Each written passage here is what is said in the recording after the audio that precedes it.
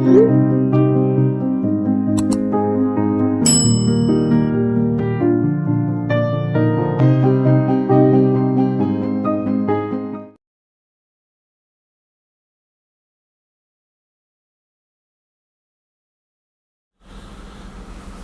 परमात्मा पूर्ण ब्रह्म सर्व ब्रह्मांडों के रचनहार कबीर साहब हैं, कबीर देव जी हैं। वो हम सभी आत्माओं के जनक हैं, वही हमारे पिता हैं। इसी परमेश्वर में वो सभी गुण हैं। त्वमेव माता च पिता त्वमेव, त्वमेव बंधु च सखा त्वमेव, त्वमेव विद्या च द्रविण त्वमेव, त्वमेव सर्व मम देव देव। ये सर्व देव देव यही परमात्मा है जो सभी भगवानों का भगवान है, सबका मालिक है। अब प्रथम बार कोई श्रद्धालु ये वचन सुनता है कि कबीर देव, कबीर साहब पूर्ण परमात्मा है, परम अक्षर ब्रह्म है, सभी ब्रह्मांडों के रचयिता हैं, तो ये बात, ये वचन कुनीन की तरह जीवा पर रखे नहीं जाते।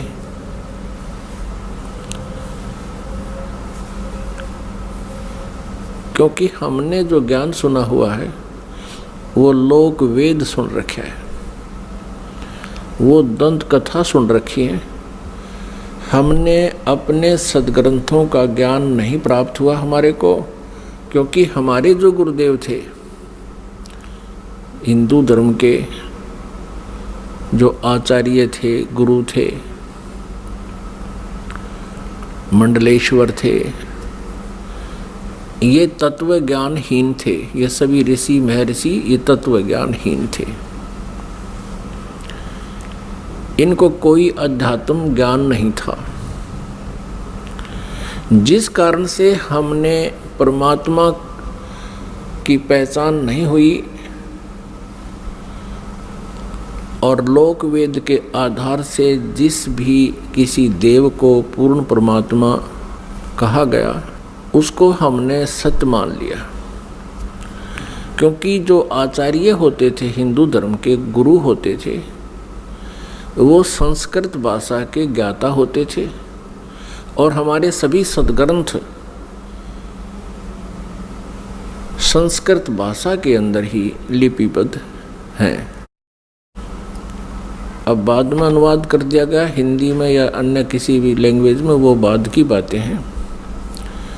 प्रारंभ में अभी तक ये, प्रारंभ से लेकर अभी कुछ समय पहले तक ये सभी संस्कृत में विद्यमान थे और संस्कृत वाले तो अब भी एज इट इज हैं। अनुवादकर्ताओं ने अपनी अपनी भाषाओं में उनको ट्रांसलेट कर दिया है। अब जिस कारण से जनता जो थी, श्रद्धालु थे, वो उन गुरुओं पर, आचार्यों पर, मंडलेश्वरों पर विश्वास करते रहे कि ये संस्कृत के ज्ञाता हैं, संस्कृत बहुत अच्छी धारावाहिक बोल लेते हैं और सभी सदग्रंथ भी हमारे संस्कृत भाषा में लिखे हैं। जिस कारण से उस गुरु जी के विषय में कोई भी हमारे अंदर जो शंका उत्पन्न नहीं हुई, अविश्वास नहीं हुआ कि ये गलत कह रहा है। क्योंकि टीचर जो होता है वो विद्यार्थियों को जो भी ज्ञान देता है विद्यार्थियों के लिए स्वीकार्य होता है। अध्यापक से कुछ भी बोल रहा है तो बच्चे उसमें ऑब्जेक्शन नहीं करते, शिरोधार्य करते हैं। एक अध्यापक ने एक कोई प्रश्न का उत्तर इतिहास का बच्चों को पढ़ाया और उस लड़के का पिता भी एजुकेटेड था, लेकिन वो सर्विस नहीं कर रहा था, अपना अन्य व्यवसाय करता था। तो उस लड़के के पिता ने, फादर ने देखा कि जो बच्चे ने प्रश्न का उत्तर लिखा हुआ है वो गलत लिखा है। उसने अपने पुत्र से कहा कि बेटा तुमने ये गलत लिख रखा है। तो लड़के ने उत्तर दिया, नहीं पिताजी, हमारे गुरुदेव ने बोला है ये सही है। तो पिताजी ने कहा, नहीं बेटा इसको ठीक कर लो। तो लड़का बोला, नहीं पिताजी बिल्कुल नहीं करूँगा, ये हमारे गुरुजी ने बोला है, हमारे गुरुजी ने कहा है, हमारे अध्यापक ने कहा है। तो पुण्यात्माओं, आज वही सतिथि आ चुकी है। ये जितने भी आचार्य गुरु थे ये भाषा संस्कृत तो अवश्य जानते थे, लेकिन आध्यात्मिक ज्ञान से ये अपरिचित थे, जिस कारण से ये आज तक भी हमें हमारे सद्ग्रंथों के गूढ़ रहस्यों को नहीं बता पाए। और आज वही तथ्य जो हमारे पवित्र सद्ग्रंथों में विद्यमान हैं, जन साधारण के रूबरू ये दास करवा रहा है, उनको सार्वजनिक कर रहा है इन सीडी के माध्यम से, प्रोजेक्टर के माध्यम से और पुस्तकें बना करके।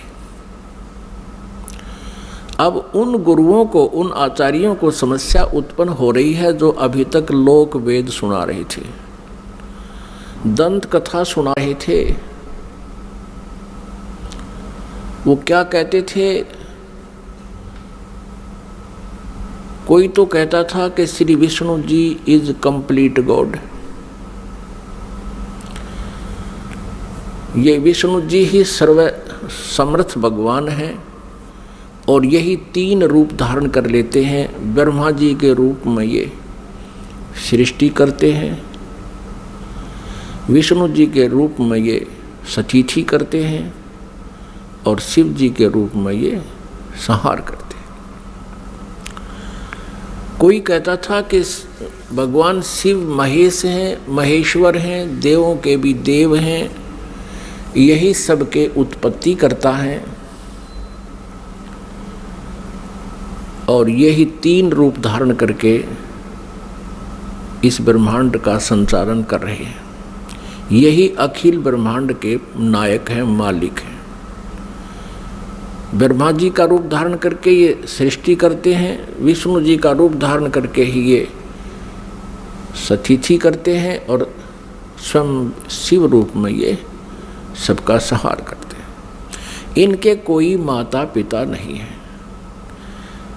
तो ये लोक वेद था, ये दंत कथा थी। हम इनको सर्वेश्वर महेश्वर कहा करते थे। पुण्यात्माओं, जिस मार्ग पर हम चलते हैं, हम अपना सफ़र तय करने के लिए उद्धत होते हैं, तो उसकी जानकारी हमें थोरोली होनी चाहिए, कंप्लीट होनी चाहिए, फिर उस पर चलने का लाभ है। और यदि हम जाना चाहते हैं हिसार से दिल्ली और हम चल पड़े हिसार से सरसा की ओर, तो हमारा चलना व्यर्थ है। चाहे हम कितनी स्पीड से जा रहे हैं, कितनी गाड़ी को दौड़ा रहे हैं, वो व्यर्थ है। और किसी कारण से आप हिसार से और सिरसा जा रहे हो और रास्ते में कोई इत्तेफाक से कोई व्यक्ति मिल जाता है, पूछ लेता है कहाँ जा रहे हो जेंटलमैन, तो आप कहोगे जी हम दिल्ली जा रहे हैं। वो व्यक्ति आपसे ये कहे कि ये दिल्ली वाला वे नहीं है, ये दिल्ली मार्ग नहीं है, ये तो आप उल्टा जा रहे हो, सिरसा साइड में पंजाब की तरफ जा रहे हो। तो उस जेंटलमैन को विचार करना चाहिए कि ये व्यक्ति ऐसे क्यों बोल रहा है, क्योंकि वो तो अपने हिसाब से दिल्ली जा रहा है, लेकिन उसकी अपनी सोच है कि वो दिल्ली जा रहा है, लेकिन मार्ग गलत है, उसकी दिशा गलत है। तो उस जेंटलमैन को, उस भद्र पुरुष को चाहिए वेरीफाई करे। और वेरीफाई करने का सबसे इजी तरीका ये है, या तो किसी और व्यक्ति से पूछे और वो भी यही कह रहा है और आपका नहीं यकीन हो रहा तो फिर मैप देखे, मैप अपना मानचित्र देखे और पूछे मैं कहाँ खड़ा हूँ, तो वो लिखा है शहर का नाम कि आप यहाँ सिरसा आ चुके हो, सिरसा से 10 किलोमीटर दूर खड़े हो। तो फिर मानचित्र भी यही बता रहा है और सामने वाला जो बद्दर पुरुष आपको बताना चाहता है कि आपकी दिशा गलत है, तो फिर क्या करना चाहिए? उस समझदार व्यक्ति होगा तो तुरंत मुड़ जाएगा। वो ये ना देखेगा मैंने इतना सफ़र तय कर लिया, अब मेरा क्या बनेगा इतने सफ़र का। वो तुरंत मुड़ जाएगा और उस भूल को सुधारेगा। ठीक इसी प्रकार जो भक्तात्मा गलत साधना कर रहे हैं वो कुमार्ग पर जा रहे हैं। जिन पुण्यात्माओं को ये ज्ञान गलत प्राप्त है वो कुमार्ग पर जा रहे हैं। परमात्मा पाने वाला वो मार्ग नहीं है। और आपको अब ये दास कह रहा है कि आप गलत मार्ग पर जा रहे हो, इससे वापस हो जाओ। और आप चले गए हो 50-60 किलोमीटर दूर कुमार्ग पर, और वहाँ आपको पता चलता है कि आप गलत आ गए, तो आपकी समझदारी है कि तुरंत वापस हो जाना चाहिए। और यदि आप ये सोचो कि अब इतने सफ़र का मैंने तय कर लिया, ये तो व्यर्थ गया, मैं तो वापस नहीं होऊंगा, तो ये बुद्धिमता नहीं, ये तो मूर्खता कही जाएगी। इसी प्रकार आप जी किसी भी इस गुरु इष्ट संत के पास किसी भी इष्ट की पूजा कर रहे हो, और आपने किसी ने 5 वर्ष, किसी ने 10 वर्ष, किसी ने 20 वर्ष, किसी ने 30 वर्ष भी हो चुके हैं, वहाँ डलेड हो रहे हैं। आज आपको ये पता चलता है कि आपका मार्ग गलत है, तो आप जी को चाहिए, क्या चाहिए? अब इसमें कहने की आवश्यकता नहीं गनी, बुद्धिमान को संकेत बहुत है। आपको चाहिए कि तुरंत उस मार्ग को त्याग कर, ये नहीं सोचना चाहिए कि 20 वर्ष की साधना का मेरा क्या होगा, 30 वर्ष की साधना मैंने इस पंथ में कर ली, मेरा क्या होगा। वो तो हो चुका है, तेरा जो होना था वो तो बर्बाद हो चुके हो तुम। आप जी को मार्ग पर इतनी सफ़र कर चुके हो 100 किलोमीटर, इससे वापस होना ही हितकारी है। आपका इसी में शुभ है, तुरंत वापस हो जाओ, त्याग दो उसको। अब परमात्मा कहते हैं भेड़ा देखा दरदरा उत्तर चले फड़क। पहले बेड़ा होता था, बेड़े चला करते थे, दरिया पार करने के लिए नौका भी नहीं होती थी, तो उसमें बेड़ा बनाया करते थे। बेड़ा, वो बेड़ा तो आपको याद नहीं होगा, लेकिन ये समझ ले नौका है। जिस नौका में आप बैठे हो उस नौका में पानी भर रहा है, उसमें उसका नीचे का बेड जो है वो डैमेज हो चुका है, और साथ में दूसरे वाला बिल्कुल जो है सही नौका साथ में आ जाता है, और आपको पता चल जाता है कि ये तो डूबोगे तुम इस नौका में जिसमें बैठे हो, पानी भर रहा है इसके अंदर। तो कहते हैं परमात्मा कहते हैं बेड़ा देखा जर्जरा और उत्तर चले फड़के। डूबे थे पर उबरे। कबीर परमेश्वर जी हमें बताना चाहते हैं कि जो बुद्धिमान होंगे वो ऐसा करेंगे। डूबे थे पर उबरे, गुरु के ज्ञान चमक, और भेड़ा देखा जर्जरा उत्तर चले फड़क। कहते हम तो डूबे थे, 84 लाख योनियों में चले जाते। गुरु जी के ज्ञान से फिर हम फड़क गए, एकदम फड़कना माने न जबरदस्त भयभीत हो जाना, और एकदम फड़क के यानी ऐसे चमक के कूद जाना, एकदम चमक जाना। मतलब सेकंड का विचार भी नहीं करने का समय है। डूब रहा है तो एकदम दूसरा साथ में खड़ा है, अच्छा स्थान है, तो उस पर चमक एकदम कूद जाना, उसको कहते हैं डूबे थे पर उबरे। गुरु के ज्ञान चमक, एकदम चमक का पड़ा है भाई, एकदम ऐसे सतर्क हो जाना। और भेड़ा देखा दरदरा, दरदरा माने टूटन डूबन हो रहा है, तो उत्तर चले फड़क। तो उस पुण्यात्मा को अब विलंब नहीं करना चाहिए गुरु बदलन में। उस मार्ग में कितना ही चला गया उसको तुरंत त्याग देना चाहिए। वो तो बिल्कुल कुमार्ग पर आप तो 200 किलोमीटर 100 किलोमीटर दूर चले गए हो, वो आना वापस पड़ेगा, आना ही पड़ेगा। आगे जितने कदम रखोगे वो गलत ही है, दूर ही जाओगे। तो जैसे कोई तो श्री ब्रह्मा जी को रचयिता बताते हैं, कोई श्री विष्णु जी सतगुण जी को रचयिता बताते हैं, कोई तम गुण श्री शिव जी को रचयिता बताते हैं, कोई श्री ब्रह्मा जी रजोगुण को ब्रह्मांड का रचयिता बताते हैं, सभी ब्रह्मांडों का। पुण्यात्माओं, ये लोकवेद है। और कोई कोई कहता है कि दुर्गा ही सबकी सृष्टि सर्जनहार है, जो दुर्गा जी के उपासक हैं। जो श्री देवी जी के उपासक हैं वो देवी जी को ही सब कुछ मानते हैं। और जो ब्रह्म के उपासक हैं, ब्रह्म, वो ब्रह्म को ही सर्वेस्वा मानते हैं। तो पुण्यात्माओं, हमने सबसे पहले ये मैप देखना होगा, अपने सदग्रंथों रूपी मैप को हम पुनः देखेंगे कि इनमें हमें क्या मार्गदर्शन हुआ है, तो तब हम संतुष्ट होंगे। अभी तक तो हम किसी से कुछ सुन रहे हैं भगवान के विषय में, किसी महापुरुष ने कुछ ज्ञान दिया है, किसी ने कुछ दिया है, और हम विद्यार्थी हैं, श्रद्धालु हैं। जो भी संत गुरु जी हमें जैसा भी भगवान के विषय में ज्ञान देता है, हम बिना किसी शंका के, बगैर किसी ऑब्जेक्शन के हम स्वीकार कर लेते हैं। तो पुण्यात्माओं, आप इसके विषय में कि भगवान कौन है, सृष्टि रचना कैसे हुई, ये जानकारी हमें सर्वप्रथम होनी चाहिए, और तभी हम परमात्मा के मार्ग पर सफल हो सकेंगे। फिर हमें कोई भ्रमित नहीं कर सकेगा।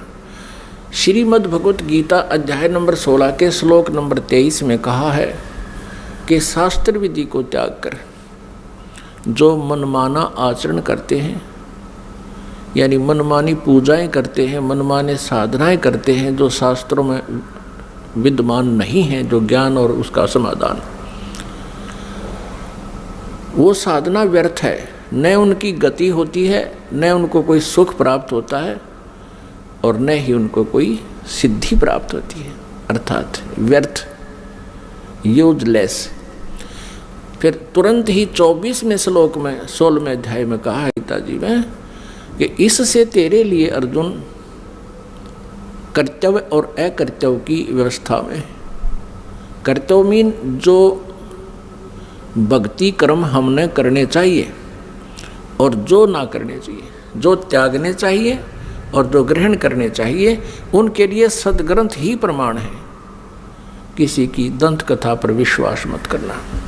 फिर गीता जी अध्याय नंबर 2 के श्लोक नंबर 53 में कहा कि अर्जुन, जिस समय तेरी बुद्धि भिन्न भिन्न प्रकार के भ्रमित करने वाले ज्ञानों से, वचनों से हटकर केवल एक तत्व ज्ञान पर, परमात्म ज्ञान पर स्थिर हो जाएगी, तब तू योग को प्राप्त होगा, तब तो तू भक्त बनेगा, तब तो तेरी भक्ति प्रारंभ होगी। जब तू एक ज्ञान पर, शास्त्र अनुकूल ज्ञान पर तू स्थिर हो जाएगी तेरी बुद्धि, फिर तू डगमग ना होकर के सीधे सुमार्ग पर चल पड़ेगा।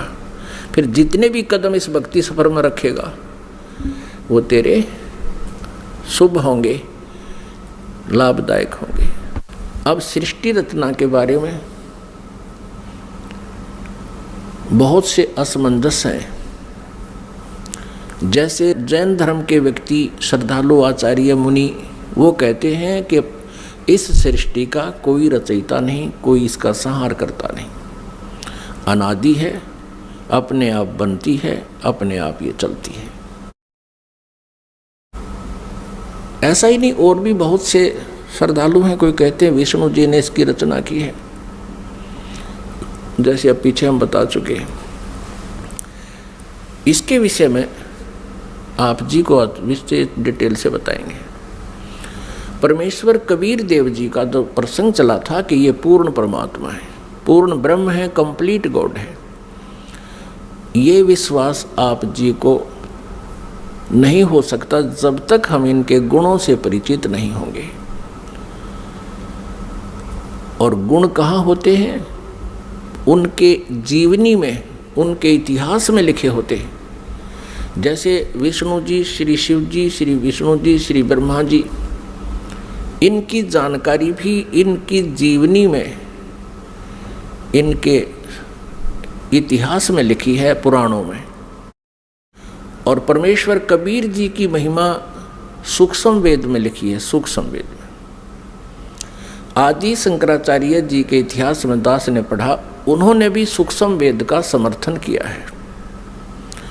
आदि शंकराचार्य ने कहा है कि 4 वेद, ऋग्वेद, यजुर्वेद, सामवेद और अथर्ववेद, ये तो अवेलेबल हैं, लेकिन सूक्ष्म वेद वो 5वां है। उसके विषय में उन्होंने कहा कि वो कैलाश पर्वत पे है। अब कारण क्या है कि 5वें वेद को इस काल ने, ब्रह्म ने नष्ट कर दिया, सूक्ष्म वेद को। उस सूक्ष्म वेद को देने के लिए परमेश्वर स्वयं यहाँ आते हैं, अपने सतलोक से चलकर, मुक्ति धाम से, सनातन परम धाम से गति करके यहाँ आते। उस छुपे हुए ज्ञान को जो काल भगवान ने, ब्रह्म भगवान ने नष्ट कर दिया, यानी छुपा रखा है, वो किसी तक नहीं आने देता। तो उस 5वें वेद को परमात्मा बताने के लिए आते हैं। उस 5वें वेद में लिखा है, और उस वेद को, उस ज्ञान को परमात्मा ने 600 वर्ष पहले अपने मुखारविंद से, अपने मुख कमल से बोला था। इसलिए गीता जी अध्याय नंबर 4 के श्लोक नंबर 32 में कहा है कि अर्जुन, गीता जी अध्याय नंबर 4 के श्लोक नंबर 25 से लेकर 31 तक बताया गया है, कोई देवताओं की पूजा करता है, कोई स्वाध्याय ही करता है, कोई तीक्ष्ण अहिंसावादी व्रतों पर ही आधारित है, कोई प्राणायाम आदि करके ही अपनी साधना को सफल मानता है। ये इस आध्यात्मिक ज्ञान का, धार्मिक यज्ञों का, यज्ञ माने अनुष्ठानों का विस्तार से विवरण 4th अध्याय के 32वें श्लोक में कहा है कि वो सच्चिदानंद घन ब्रह्म की वाणी में विस्तार से कहा गया है। यहाँ अनुवादकर्ताओं ने श्रीमद् भगवत गीता अध्याय 4 श्लोक 32 में अनुवादकर्ताओं ने ज्ञान न होने से अनर्थ कर दिया। उसमें लिखा ब्रह्मण मुखे, मूल पाठ में ब्रह्मण मुखे लिखा है, अनुवादकर्ताओं ने लिख दिया ब्रह्मण मुखे का अर्थ लिख दिया वेद की वाणी में। वो गलत लिख दिया, वो गलत अनुवाद किया है। ब्रह्मण मुखे माने सच्चिदानंद घन ब्रह्म की वाणी में, जो अपने मुख से, मुखे माने अपने मुख से मालिक ने जो बोली है, उस मुख से बोली हुई वाणी में विस्तार से कहे गए हैं, और वो है कबीर वाणी। ब्रह्मण का अर्थ यहाँ इन्होंने गलत कर दिया, वेद लिख दिया। और गीता जी अध्याय नंबर 17 के श्लोक नंबर 23 में ओम तत्सत इति निर्देश है ब्रह्मण त्रिविद समर्थ है, वहाँ ब्रह्मण का अर्थ इन्होंने ठीक किया है, क्योंकि यहाँ विचलित नहीं हुए। ये सच्चिदानंद घन ब्रह्म लिखा है ब्रह्मण का अर्थ, तो यहाँ 4th अध्याय के 32वें श्लोक में भी ब्रह्मण का अर्थ लिखना पड़ेगा, सच्चिदानंद घन ब्रह्म की वाणी में विस्तार से कहे गए। फिर 4th अध्याय के 34वें श्लोक में कहा कि वो तत्व ज्ञान है जो 5वें वेद में लिखा है, सूक्ष्म वेद में लिखा है। उस तत्व ज्ञान को तू तत्वदर्शी संतों के पास जाकर समझ। उनको दंडवत प्रणाम करने से, कपट छोड़ के विनम्र भाव से प्रसन्न करने से वो तत्वदर्शी संत तुझे उस परमात्म तत्व का ज्ञान कराएंगे।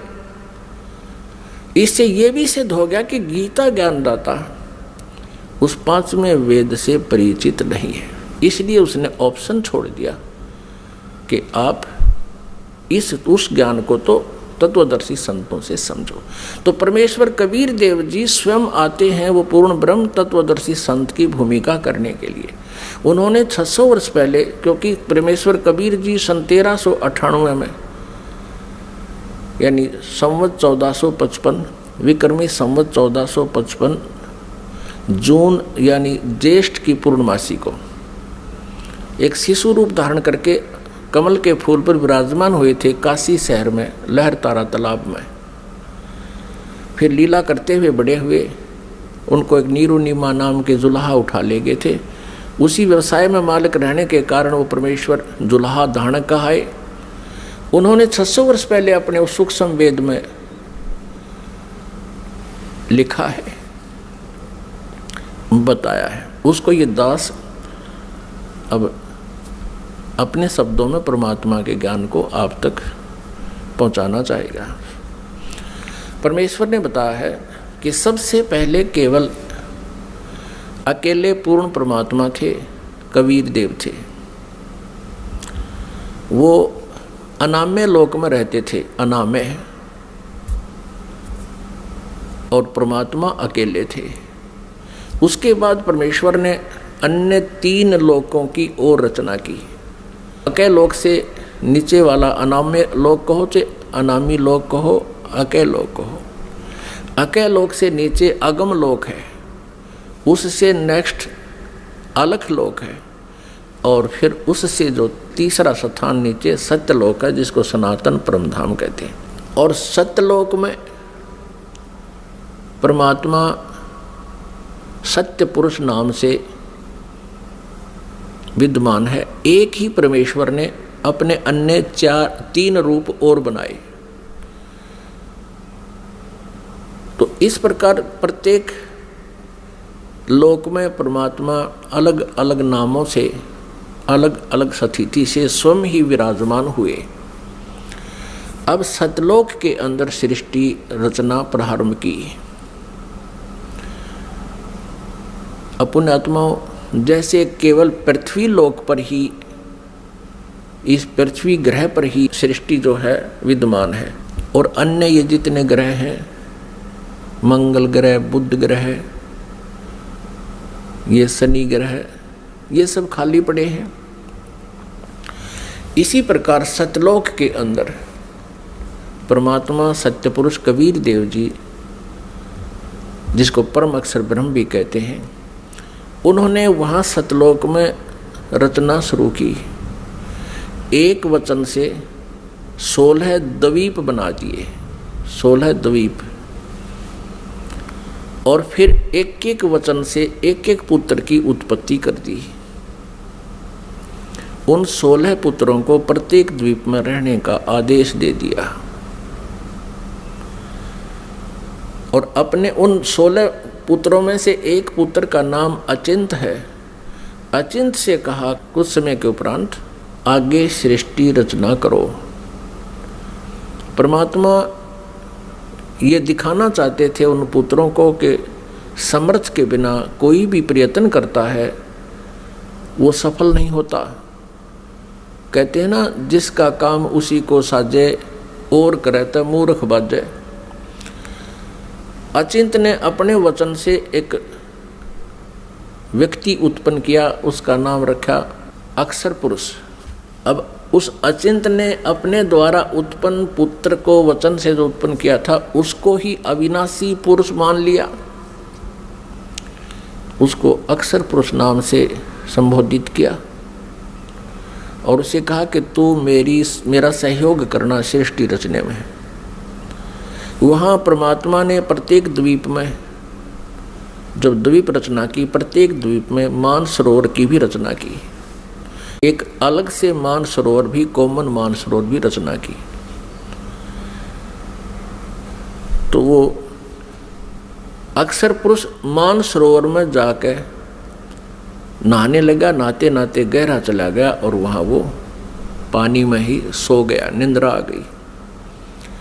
अपनात्मा सतलोक के अंदर श्वासों से शरीर नहीं है। बहुत समय तक वो बाहर नहीं आया। तब परमेश्वर कबीर देव जी ने उसी जल से जल लिया हाथ में, अपनी वचन शक्ति से उसको जादूगर की तरह एक अंडा बना दिया। उस अंडे में एक जीवात्मा प्रवेश करती, उस अंडे को छोड़ दिया उस मानसरोवर में। वो गड़गड़ गड़गड़ करता हुआ नीचे पहुंचा तो वो अक्षर पुरुष की जो अधूरी निंद्रा भंग होगी, जिस कारण से वो कुछ कोपित हो गया, उस कोपित दृष्टि से उसने अंडे की तरफ देखा कि किसने मुझे डिस्टर्ब किया है। उस कोप से वो अंडा फट गया, अंडा 2 भाग हो गया, उसमें से ये ब्रह्म निकला। अब आगे चल के इसी इतिहास में, इसी लीला कहानी में, अमर कथा में, या सत्यनारायण कथा जो दास आपको सुना रहा है, अभी तक जो विष्णु जी को सत्यनारायण मानकर सत्यनारायण कथा कहा करते थे, वो सत्यनारायण कथा नहीं थी। अब ये है सत्यनारायण कथा। सत्यनारायण माने अविनाशी भगवान की कथा। तो उसमें से ये ब्रह्म निकला। आगे चल के आप 3 प्रभुओं से परिचित होंगे जो ब्रह्मा विष्णु महेश जी से भिन्न है। एक सर्वब्रह्म, इसको सर्वब्रह्म भी कहते हैं, सर्वब्रह्म। और दूसरा ये अक्षर पुरुष यानी अक्षर ब्रह्म। ये अक्षर पुरुष कहो तो अक्षर ब्रह्म कहो।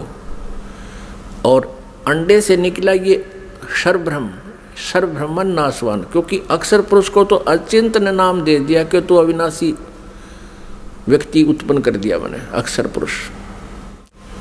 अब वो स्वामी जितना हो जाता है फिर वही पुरुष प्रभु, पुरुष माने प्रभु भी कहते हैं। तो अक्षर पुरुष कहो या अक्षर ब्रह्म कहो, एक ही के 2 पर्यायवाची नाम है। इसी प्रकार सर पुरुष कहो, ये ब्रह्म जो अंडे से निकला ये सर पुरुष है, इसको सर ब्रह्म कहो, इसके पर्यायवाची नाम है। इसको ज्योति स्वरूपी निरंजन भी, काल भी, ये ब्रह्म ही आगे चल के काल भी कहा जाएगा। अब याद रखना, क्योंकि पुण्यात्मा, जब तक आप इस इतिहास से परिचित नहीं होगे, सृष्टि रचना से, आप किसी भी सदग्रंथ को नहीं समझ सकते। तब परमेश्वर ने आदेश दिया उन दोनों को कि तुम बाहर आओ। अचिंत पुरुष तुम निंद्रा में थे, न वो अक्षर पुरुष तुम निंद्रा में थे, तुम्हें जगाने के लिए ये सब प्रोसेस अपनाया है, तुम बाहर आ जाओ। दोनों बाहर आ गए। अब परमात्मा ने अचिंत से कहा कि अचिंत, अब देख लिया तूने, समर्थ के बिना कोई कार्य सफल नहीं होता। अब तू तो इसको बाहर भी नहीं निकाल सकता था। और आगे से ध्यान रखना कि बीच में टांग अड़ाओ मेरी क्रिया में, इसलिए तुम्हें तुम्हारे सामर्थ्य से परिचित कराया है। तो अचिंत ने कान पकड़ दिए कि दाता हम कुछ नहीं कर सकते। अब परमेश्वर ने आदेश दिया उन दोनों को, किसको? सरपुरुष अर्थात जिसको सर्वब्रह्म भी कहते हैं, जो आगे चल के ब्रह्मा विष्णु महेश का पिता सिद्ध होगा इसी कथा में। सरपुरुष और अक्षर पुरुष को दोनों से कहा कि तुम उस अचिंत के द्वीप में रहो। इन दोनों ने आज्ञा का पालन किया। और तीनों कौन? अचिंत, अक्षर पुरुष और सरपुरुष, जिसको सर्वब्रह्म भी कहते हैं। और यहाँ हम सीधी भाषा में उसको ब्रह्म भी कहने लग गए।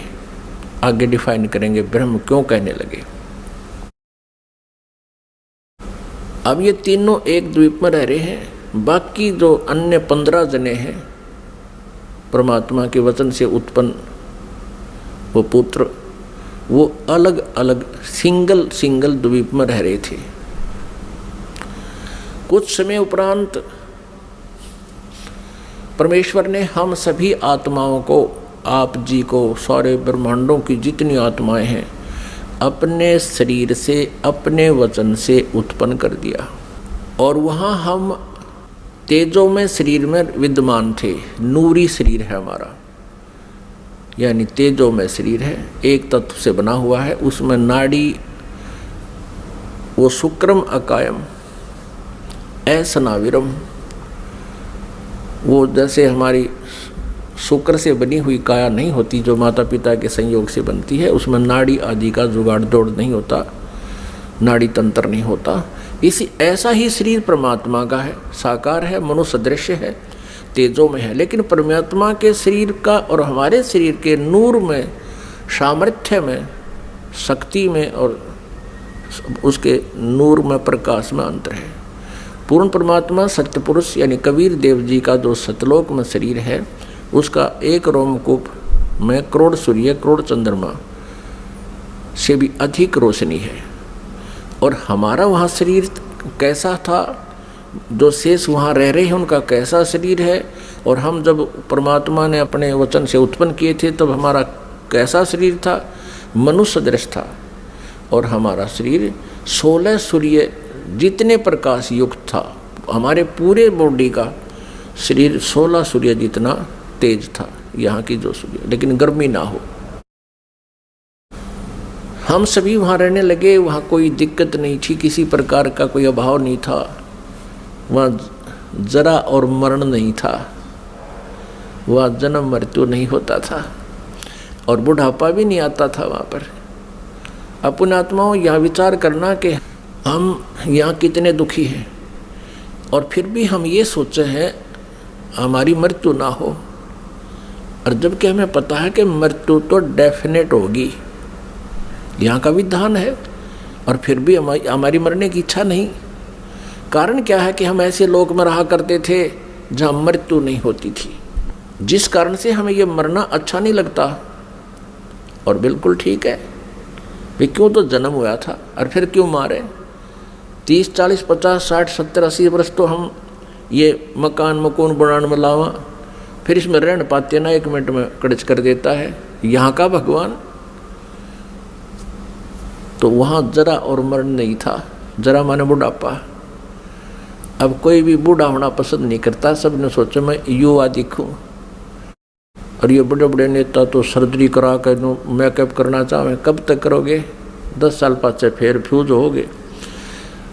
तो कहने का भाव ये है कि हमारी नेचर है ऐसी कि हम युवा दिखें, लेकिन यहाँ तो बनावटी आर्टिफिशियल है सारा, और वहाँ ओरिजिनल था, तो हम वहाँ ऐसे रहते थे। कुछ दिनों के उपरांत, यानी दिन नहीं है वहाँ पर, क्योंकि दिन हम वैसे बोल देते हैं, वहाँ दिन रात नहीं होती, तेजों में प्रकाश में वो लोक है, प्रकाश में सब आत्माएं हैं, प्रकाश में परमात्मा है, वहाँ सूर्य उदय और अस्त नहीं होता। तो वहाँ कुछ समय के उपरांत इस ज्योति निरंजन, जिसको सरपुरुष कहा है, जिसको सरब्रह्म कहते हैं, जो गीता जी में अपने आप को कहता मैं काल हूँ, वो ब्रह्म है जो श्री कृष्ण जी के शरीर में प्रवेश करके बोल रहा है। आगे इतिहास बताएंगे आपको, पूरा डिटेल देंगे। इसको धैर्यपूर्वक सुनना इस कथा को, क्योंकि ये पहली बार जो सुनता है उसको ऊट पटांग सी लगती है, लेकिन कुछ समय के बाद प्रमाण जब देखोगे आपको स्वीकार करना पड़ेगा, और होगी स्वीकार्य। कुछ समय उपरांत इस सरपुरुष में एक खरपतवार उत्पन्न हुआ, खुरापात उत्पन्न हुआ। इसने सोचा कि हम 3 जने तो एक द्वीप में, और हमारे अन्य भाई एक एक द्वीप में रह रहे हैं, तो वहाँ ये विधान का पता चला कि तब से राज्य प्राप्त होता है। उसने खड़ा होकर के एक पैर पर तप किया, और 70 युग, यहाँ के 70 युग तक तप किया। तब पूर्ण परमात्मा ने, सत्य पुरुष ने, कबीर देव जी ने पूछा कि पुत्र तू किस लिए ये तप कर रहा है, क्या इच्छा है तेरी। तब इसने कहा कि भगवान ये द्वीप मेरे लिए छोटा है, थोड़ा है, हम 3 एक द्वीप में रह रहे हैं, अन्य भाई मेरे अलग द्वीपों में एक एक रह रहे हैं, मुझे अलग स्थान चाहिए। परमात्मा ने कहा ठीक है भाई, तुझे 21 ब्रह्मांड दे दिए। जैसे एक धनी पिता अपने पुत्र को 21 प्लाट दे दे, अगले बेटा ये तेरे हिस्से में 21 प्लाट आ गए। अब उन प्लाटों को पाकर, 21 ब्रह्मांड को पाकर, ये सरब्रह्म, हम संत लैंग्वेज में इसको क्षर ब्रह्म कहते हैं। क्षर ब्रह्म, क्षर अक्षर, अक्षर तो ये अक्षर ब्रह्म तो ये परब्रह्म है जो अचिंत के वचन से उत्पन्न हुआ, और क्षर ब्रह्म है ये परमात्मा के वचन से, अंडे से उत्पन्न हुआ। ये क्षर ब्रह्म जो है 21 ब्रह्मांडों में, कभी उसमें जा, कभी उसमें सैर सपट्टे करे, देख रहा है इनको। फिर मन में इसने सोचा कि इनमें कुछ कंस्ट्रक्शन होनी चाहिए। इस उद्देश्य से इसने फिर सत्ययुग तब फिर किया। तब परमेश्वर ने पूछा भी अब क्या चाहता है, प्लाट तेरे को दे दिए, 21 ब्रह्मांड दे दिए। तब इसने कहा प्रभु कुछ कंस्ट्रक्शन का यानी कोई रचना सामग्री दो मुझे, ताकि मैं कुछ उसमें रचना बना करूं। यानी अब जैसे प्लाट दे दिए, उसके पास तो फिर भी कुछ को नहीं, पिता से मांगता है कुछ पैसे दो या ईंट सीमेंट मटेरियल अवेलेबल कराओ। तो परमेश्वर कबीर देव जी ने इस सर पुरुष को, क्षर ब्रह्म को 5 तत्व और 3 गुण दे दिए। अगले बेटा बना खिलौने रखे दिन से, इनको पाके बड़ा प्रसन्न हुआ। फिर इसने सोचा कि मैं इसमें कंस्ट्रक्शन भी कर लूँगा, तो फिर अकेला कैसे दिल लगेगा मेरा। इसने सोचा कि कुछ आत्माएं भी मैं प्राप्त करूं भगवान से। इस क्षर ब्रह्म ने, इस काल भगवान ने फिर तप फिर प्रारंभ किया, एक पैर पे खड़ा हो गया। तो उधर से हम यहाँ इसके जाल में कैसे फंस गए, ये एक बहुत विशेष विचारणीय समय जो है ना बात है पुण्यात्माओं, एक विशेष विचारणीय विषय है कि हम क्यों फंसे। फिर चल इसने तो ऐसा कर लिया, प्राप्त हुआ अलग से, हम इसके साथ कैसे, हम जो फंसे हुए हैं ये इसके साथ फंसे हुए हैं, इस ब्रह्म के क्षर ब्रह्म के साथ हम यहाँ आ गए, जिस कारण से हम यहाँ दुख पा रहे हैं। अपने पिता को छोड़ आए जहाँ कोई अभाव नहीं था, कोई जन्म मृत्यु नहीं थी।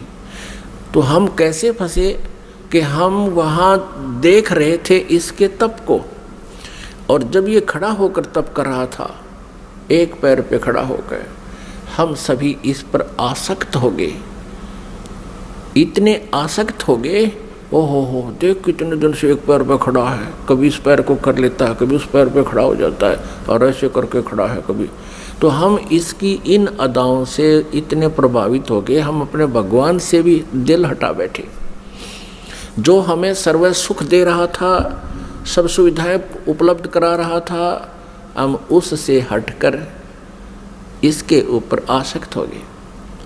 तो पुण्यात्माओं, यही बीमारी, यही स्वभाव आप और हम सभी को वहाँ से लगी थी। जैसे यहाँ के हीरो और हीरोइन, अभिनेता अभिनेत्री अपने पेट के लिए, रोजी रोटी के लिए एक्टिंग करते हैं, अदाएं करते हैं, उछल कूद करते हैं, और ये युवा वर्ग बच्चे उनको देखकर इतने आसक्त हो जाते हैं, पूछो मत।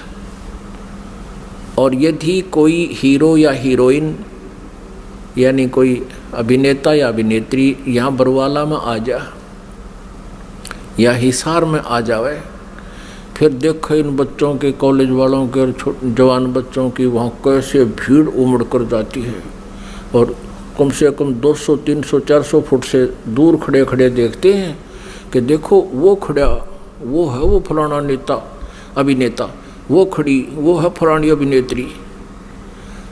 अब वो तो अपने पेट के लिए कर रहा है सारे काम, और वो बच्चे बेमतलब वहाँ जा रहे हैं उसको देखने के लिए। लेना एक न देने दो, क्या देगा उनको वो, और धक्के खा के सामने भूखे अपने वापस आ जाते हैं। ठीक इसी प्रकार हम इस काल पर आसक्त हो गए और भगवान से हमारा हृदय हट गया। परमेश्वर कबीर देव जी ने बहुत बार आकाशवाणी की कि कोई भी इस ज्योति निरंजन के इस ड्रामे को मत देखे, इस पे प्रभावित ना हो,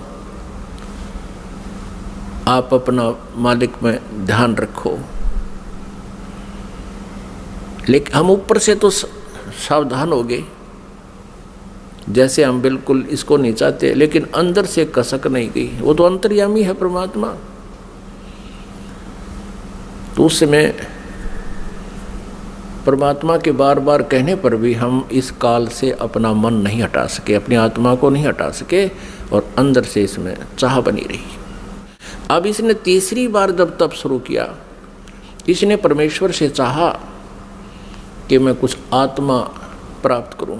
जब परमेश्वर ने इससे पूछा, जब इसने 64 युग तप कर लिया तीसरी बार, तब पूछा कि क्या चाहता है ज्योति निरंजन?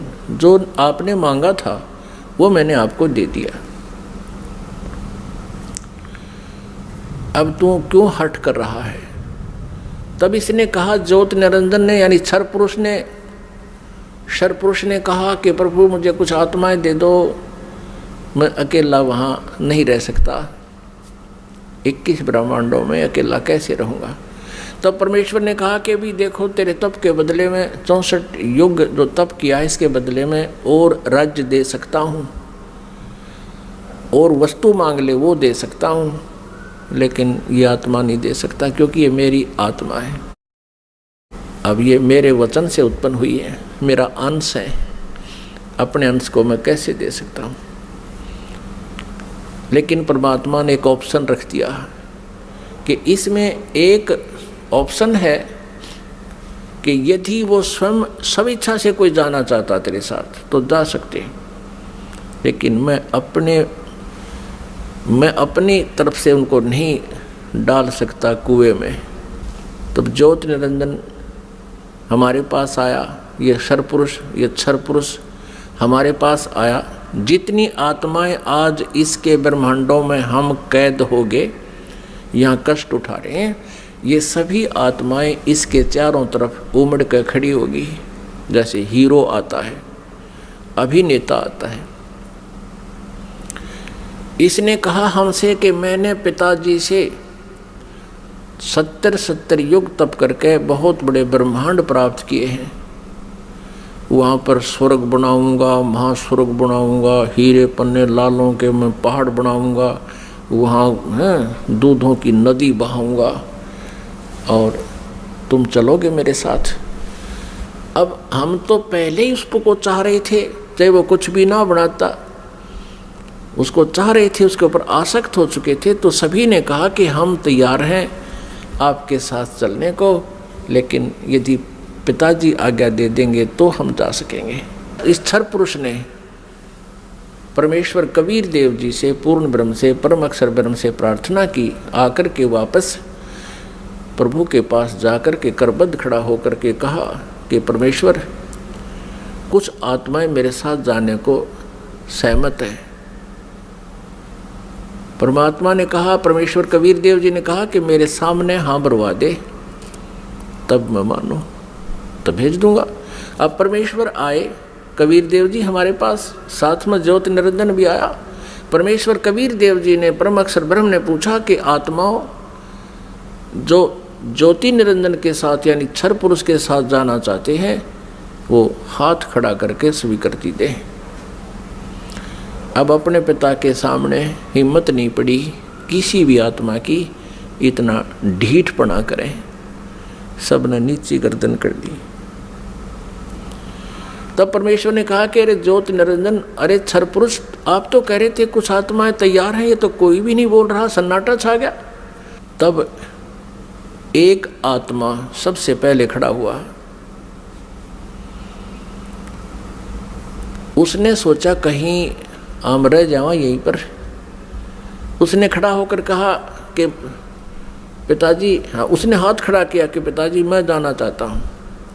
फिर तो हम जैसे सारे सोचा कदे हम पीछे रह जाएं, हमने भी सब न कर दिया, ऐसे सब ने हाथ खड़े कर दिए। जितने भी खरबों अनगिन यहाँ पर आए हुए हैं, अकाउंटिंग नहीं कर सकते, इतने जीव आगे इसके अलावा से।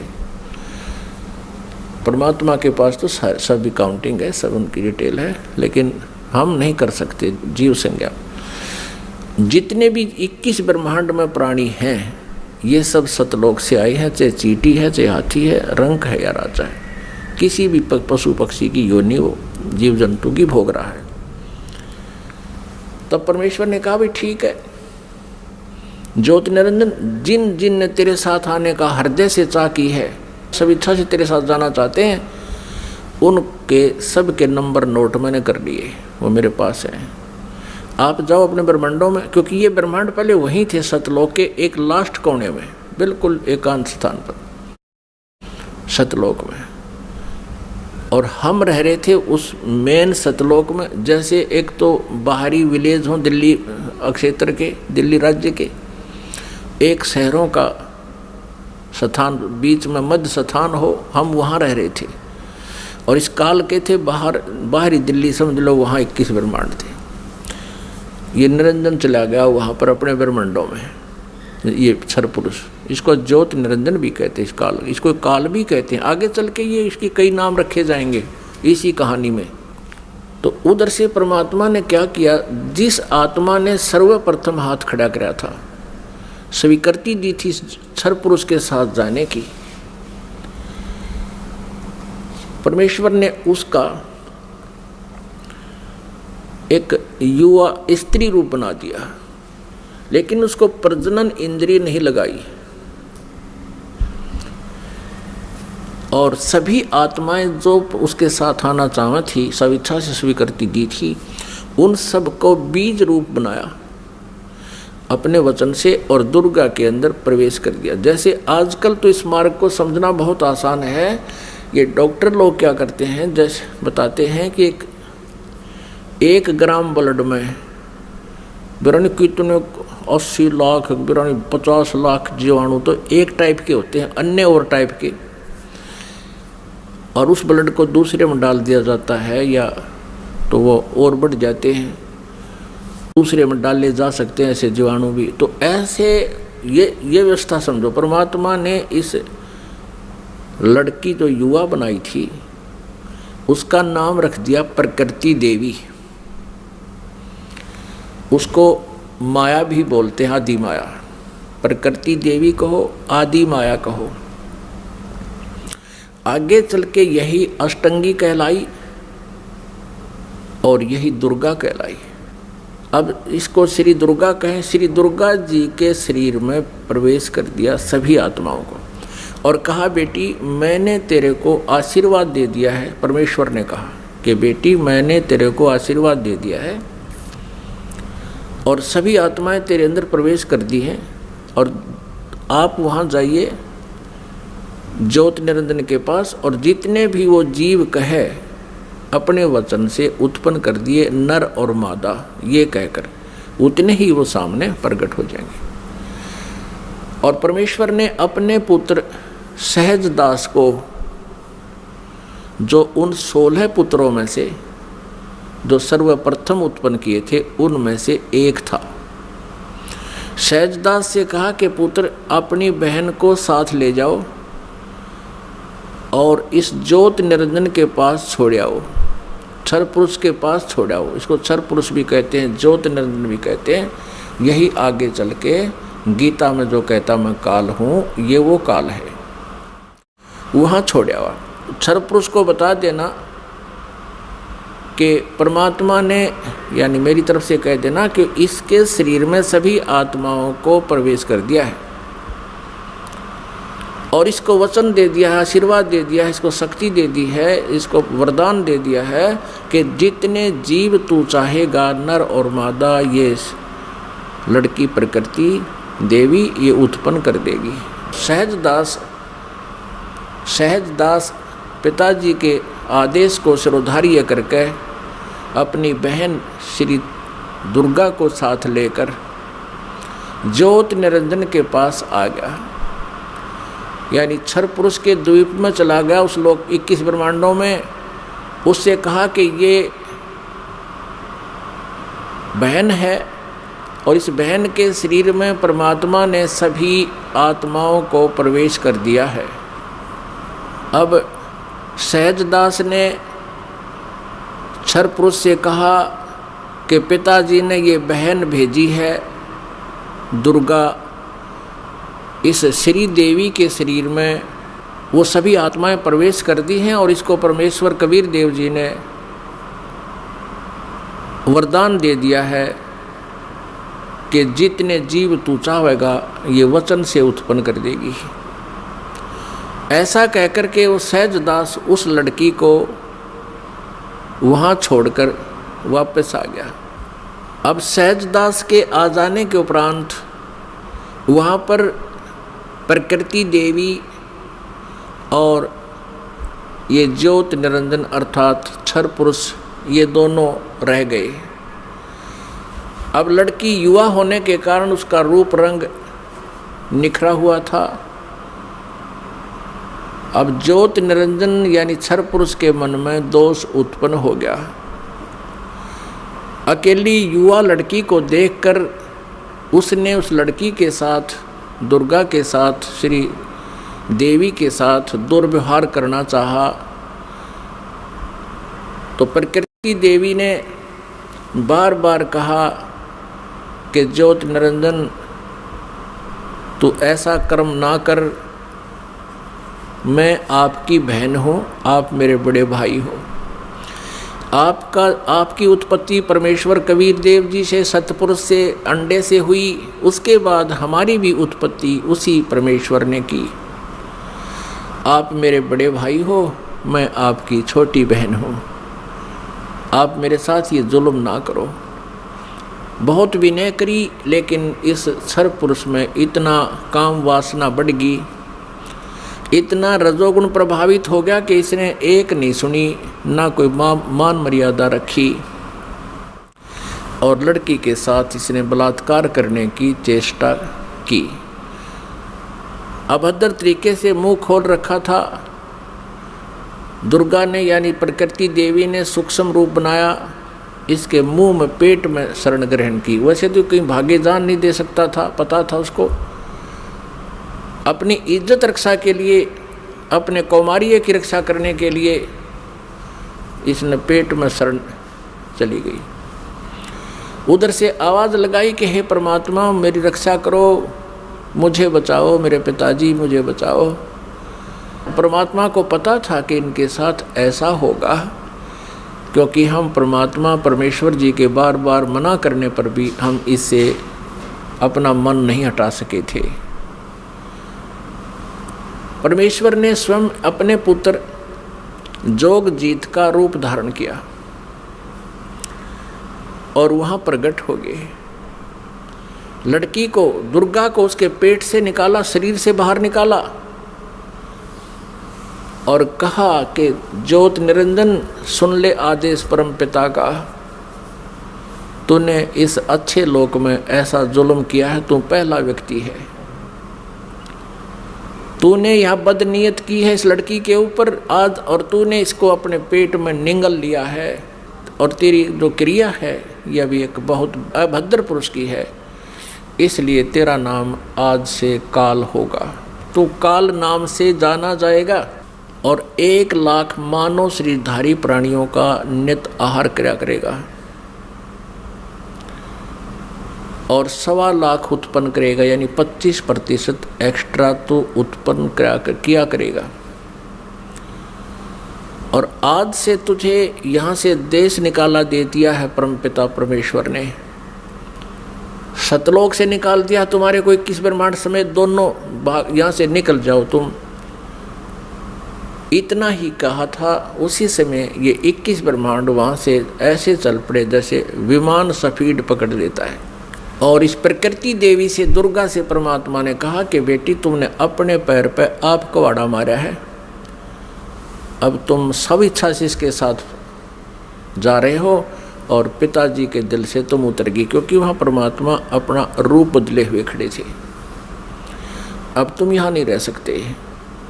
21 ब्रह्मांड सतलोक से चले और सत्यलोक से, बाहरी अक्षेत्र से, सीमा से 16 शंख कोश, जैसे अरब खरब हैं, नील पद्म 10 पद्म, फिर शंख 10 शंख, ऐसे 16 शंख कोश। एक कोश लगभग 3 किलोमीटर का होता है, 48 शंख किलोमीटर समझो। ये 21 ब्रह्मांड आगे। अब ज्योत निरंजन ने सोचा कि जो मेरे साथ होना था वो तो हो चुका है और मैं यहाँ का फुल फ्लैज हो गया, इंडिपेंडेंट हूँ, अब अपनी मर्जी चलाऊंगा। इसने फिर से उस दुर्गा के साथ दुर्व्यवहार शुरू किया, श्री देवी के साथ।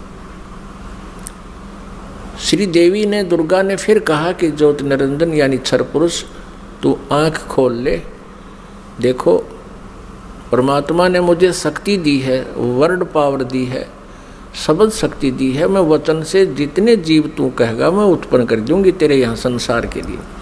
तू ये मैथुन सृष्टि प्रारंभ मत कर। लेकिन ये नहीं माना। दुर्गा ने फिर यातना की कि देख, पहले तो तू मेरा बड़ा भाई, मैं तेरी छोटी बहन, और दूसरे मैं तेरे पेट से निकलकर तेरे शरीर से बाहर आई हूँ, मैं तेरी पुत्री होगी। तू किसी नाते की तो लाज रख ले। लेकिन इस ज्योत निरंजन क्षर पुरुष ने उसकी एक नहीं सुनी। तो उसमें परमात्मा ने इस लड़की को प्रजनन इंद्रिय नहीं लगाई थी। फिर इस काल ने, ज्योत निरंजन ने, ये तब से सिद्धियां भी आ जाती हैं। अपनी सिद्धि शक्ति से प्रजनन इंद्रिय बनाई, दुर्गा से बाई फोर्स विवाह किया और फिर इन 3 पुत्रों की उत्पत्ति हुई। रजगुण युक्त ब्रह्मा जी, सतगुण युक्त विष्णु जी, तमगुण युक्त शिव जी। इन तीनों को एक एक गुण युक्त कर दिया। एक एक गुण युक्त कैसे किया? इस काल ने एक ब्रह्मांड के ऊपर टॉप मोस्ट प्लेस पर, शिखर में एक गुप्त स्थान बना रखा है। उस गुप्त स्थान में दुर्गा और इस काल के अतिरिक्त कोई नहीं जा सकता। तो वहां इसने 3 स्थान बना रखे हैं। उस गुप्त स्थान पर, गुप्त क्षेत्र में 3 स्थान बना रखे हैं। एक रजोगुण प्रधान क्षेत्र, एक सतोगुण प्रधान क्षेत्र, एक तमोगुण प्रधान क्षेत्र। जैसे किसी मकान में 3 कमरे हों, 3 कक्ष, एक कक्ष में अश्लील चित्र लगे हों और दूसरे में साधु संत फकीरों के, महापुरुषों के चित्र लगे हों और तीसरे में सूरवीरों के, शहीदों के चित्र लगे हों। जिसमें व्यक्ति उन अश्लील चित्र लगे हुए कक्ष में प्रवेश करेगा तो वहां जाकर उसका स्वभाव वैसा ही बन जाएगा, बट नेचुरल है।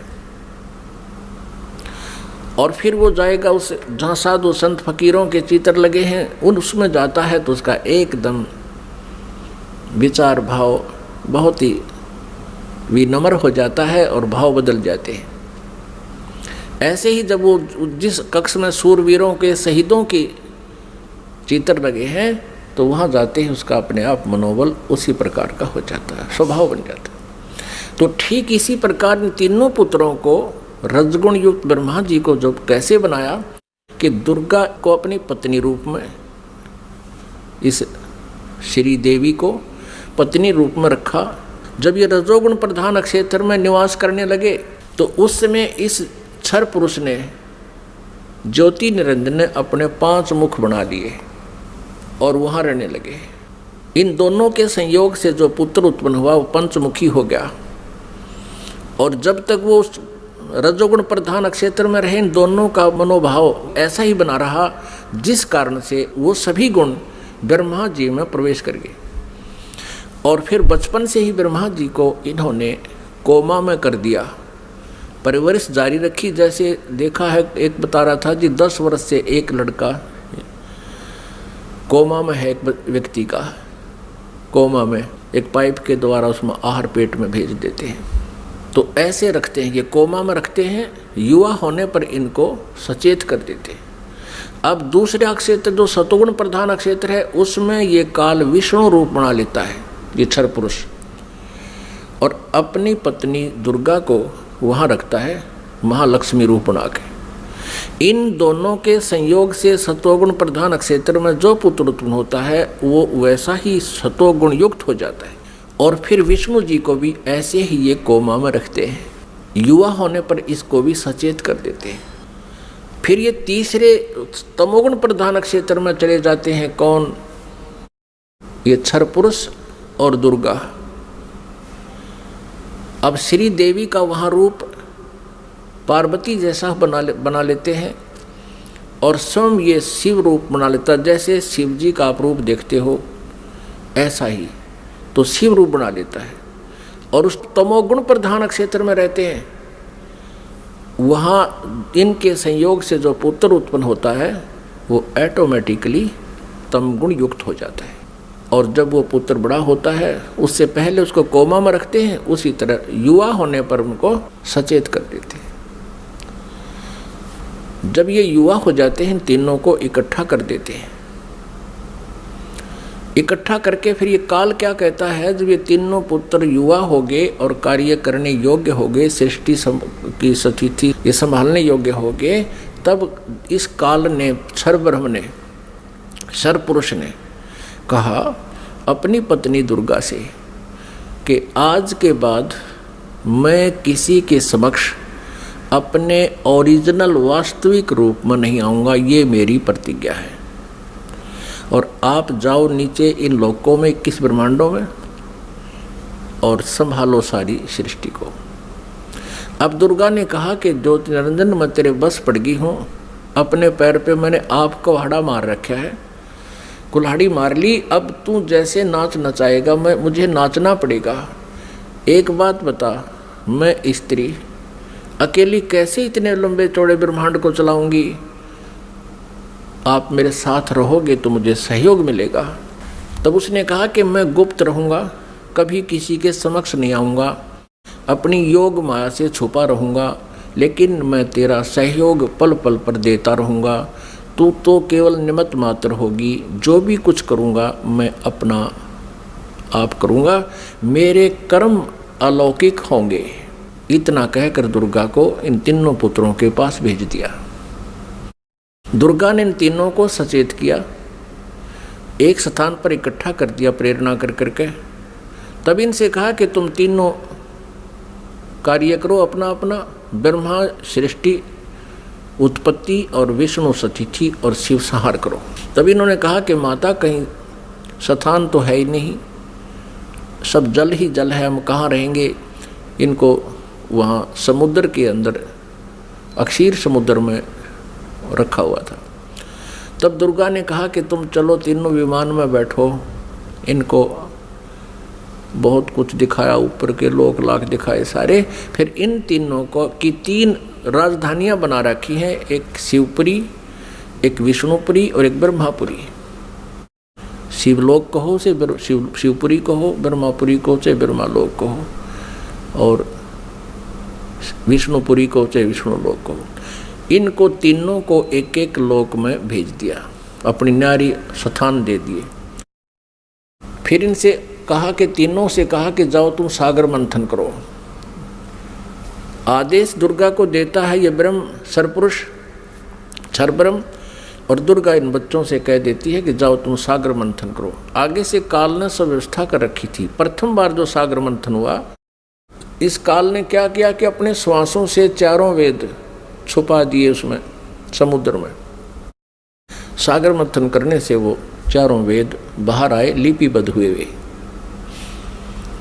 जैसे दूध का प्रारूप कुछ होता है, उसमें जामन लगा देते हैं, दही बनती है, दही को रिड़कते हैं तो मक्खन का कुछ और ही प्रारूप होता, फिर दोबारा लस्सी में नहीं मिल सकता। तो इस प्रकार वो 4 वेद अपने आप बहुत सुंदर कमल के फूलों पर रखे हुए आए। ब्रह्मा ने 4 उठा लिए। अब वो वेद लेकर आए तो दुर्गा ने आकाशवाणी काल ने बता दिया था कि ब्रह्मा को कहो ये वेद पढ़े, और मैं उसको अंदर से प्रेरणा कर करके कुछ अर्थ बताऊंगा। तो ब्रह्मा ने उससे पहले, ब्रह्मा और विष्णु और शिव वेद पढ़ने से पहले तीनों दुर्गा से पूछा करते थे कि माता हमारा पिता कौन है। दुर्गा को काल ने मना कर दिया था कि तुम मेरा भेद नहीं बताओगी।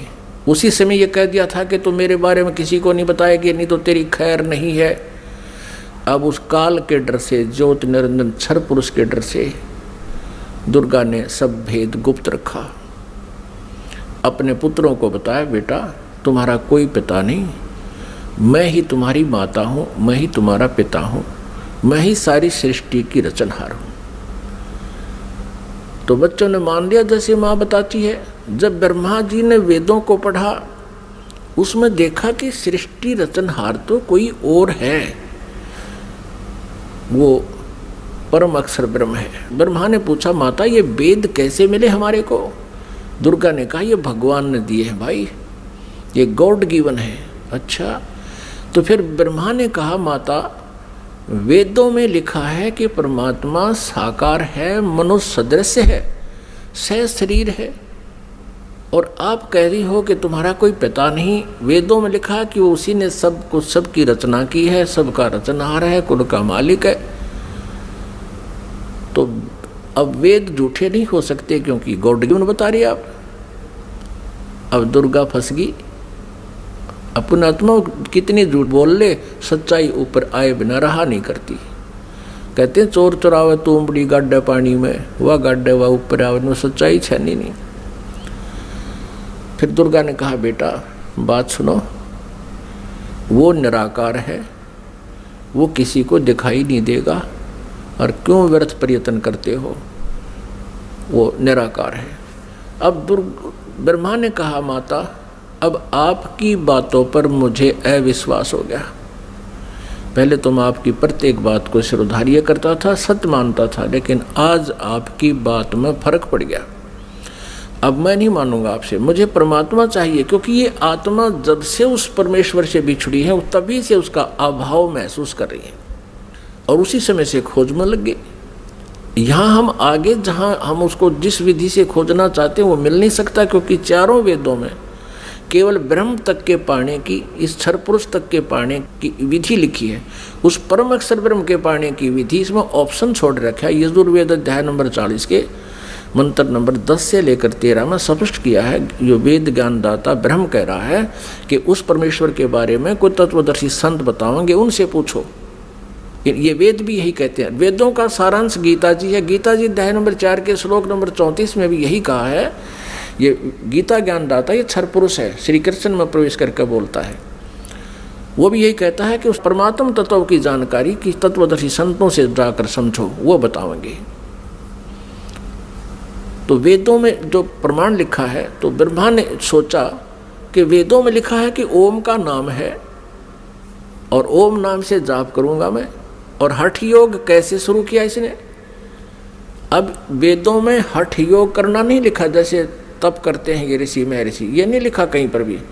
लेकिन वो तप कहाँ से ग्रहण किया? इस तप वाला जो हठ योग की साधना कहाँ से ग्रहण करी ब्रह्मा ने?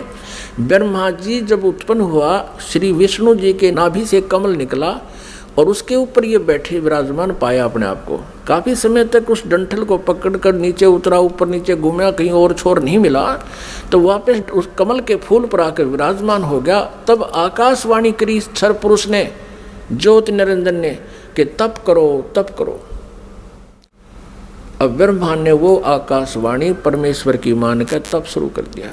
जब इसने 1000 वर्ष तक तप कर लिया, फिर आकाशवाणी हुई कि सृष्टि करो। अब तप से बैटरी चार्ज होगी। तो अब ब्रह्मा जी ने सोचा वेदों में जो लिखा है ये भी भगवान की वाणी, और जो मैंने सुना हुआ भी भगवान की वाणी। अब वेदों में जो ज्ञान है वो परमेश्वर परम अक्षर ब्रह्म का दिया हुआ है। 5 वेद दिए थे परमेश्वर ने इस क्षर पुरुष को, इसके अंतःकरण में फीड कर दिए थे।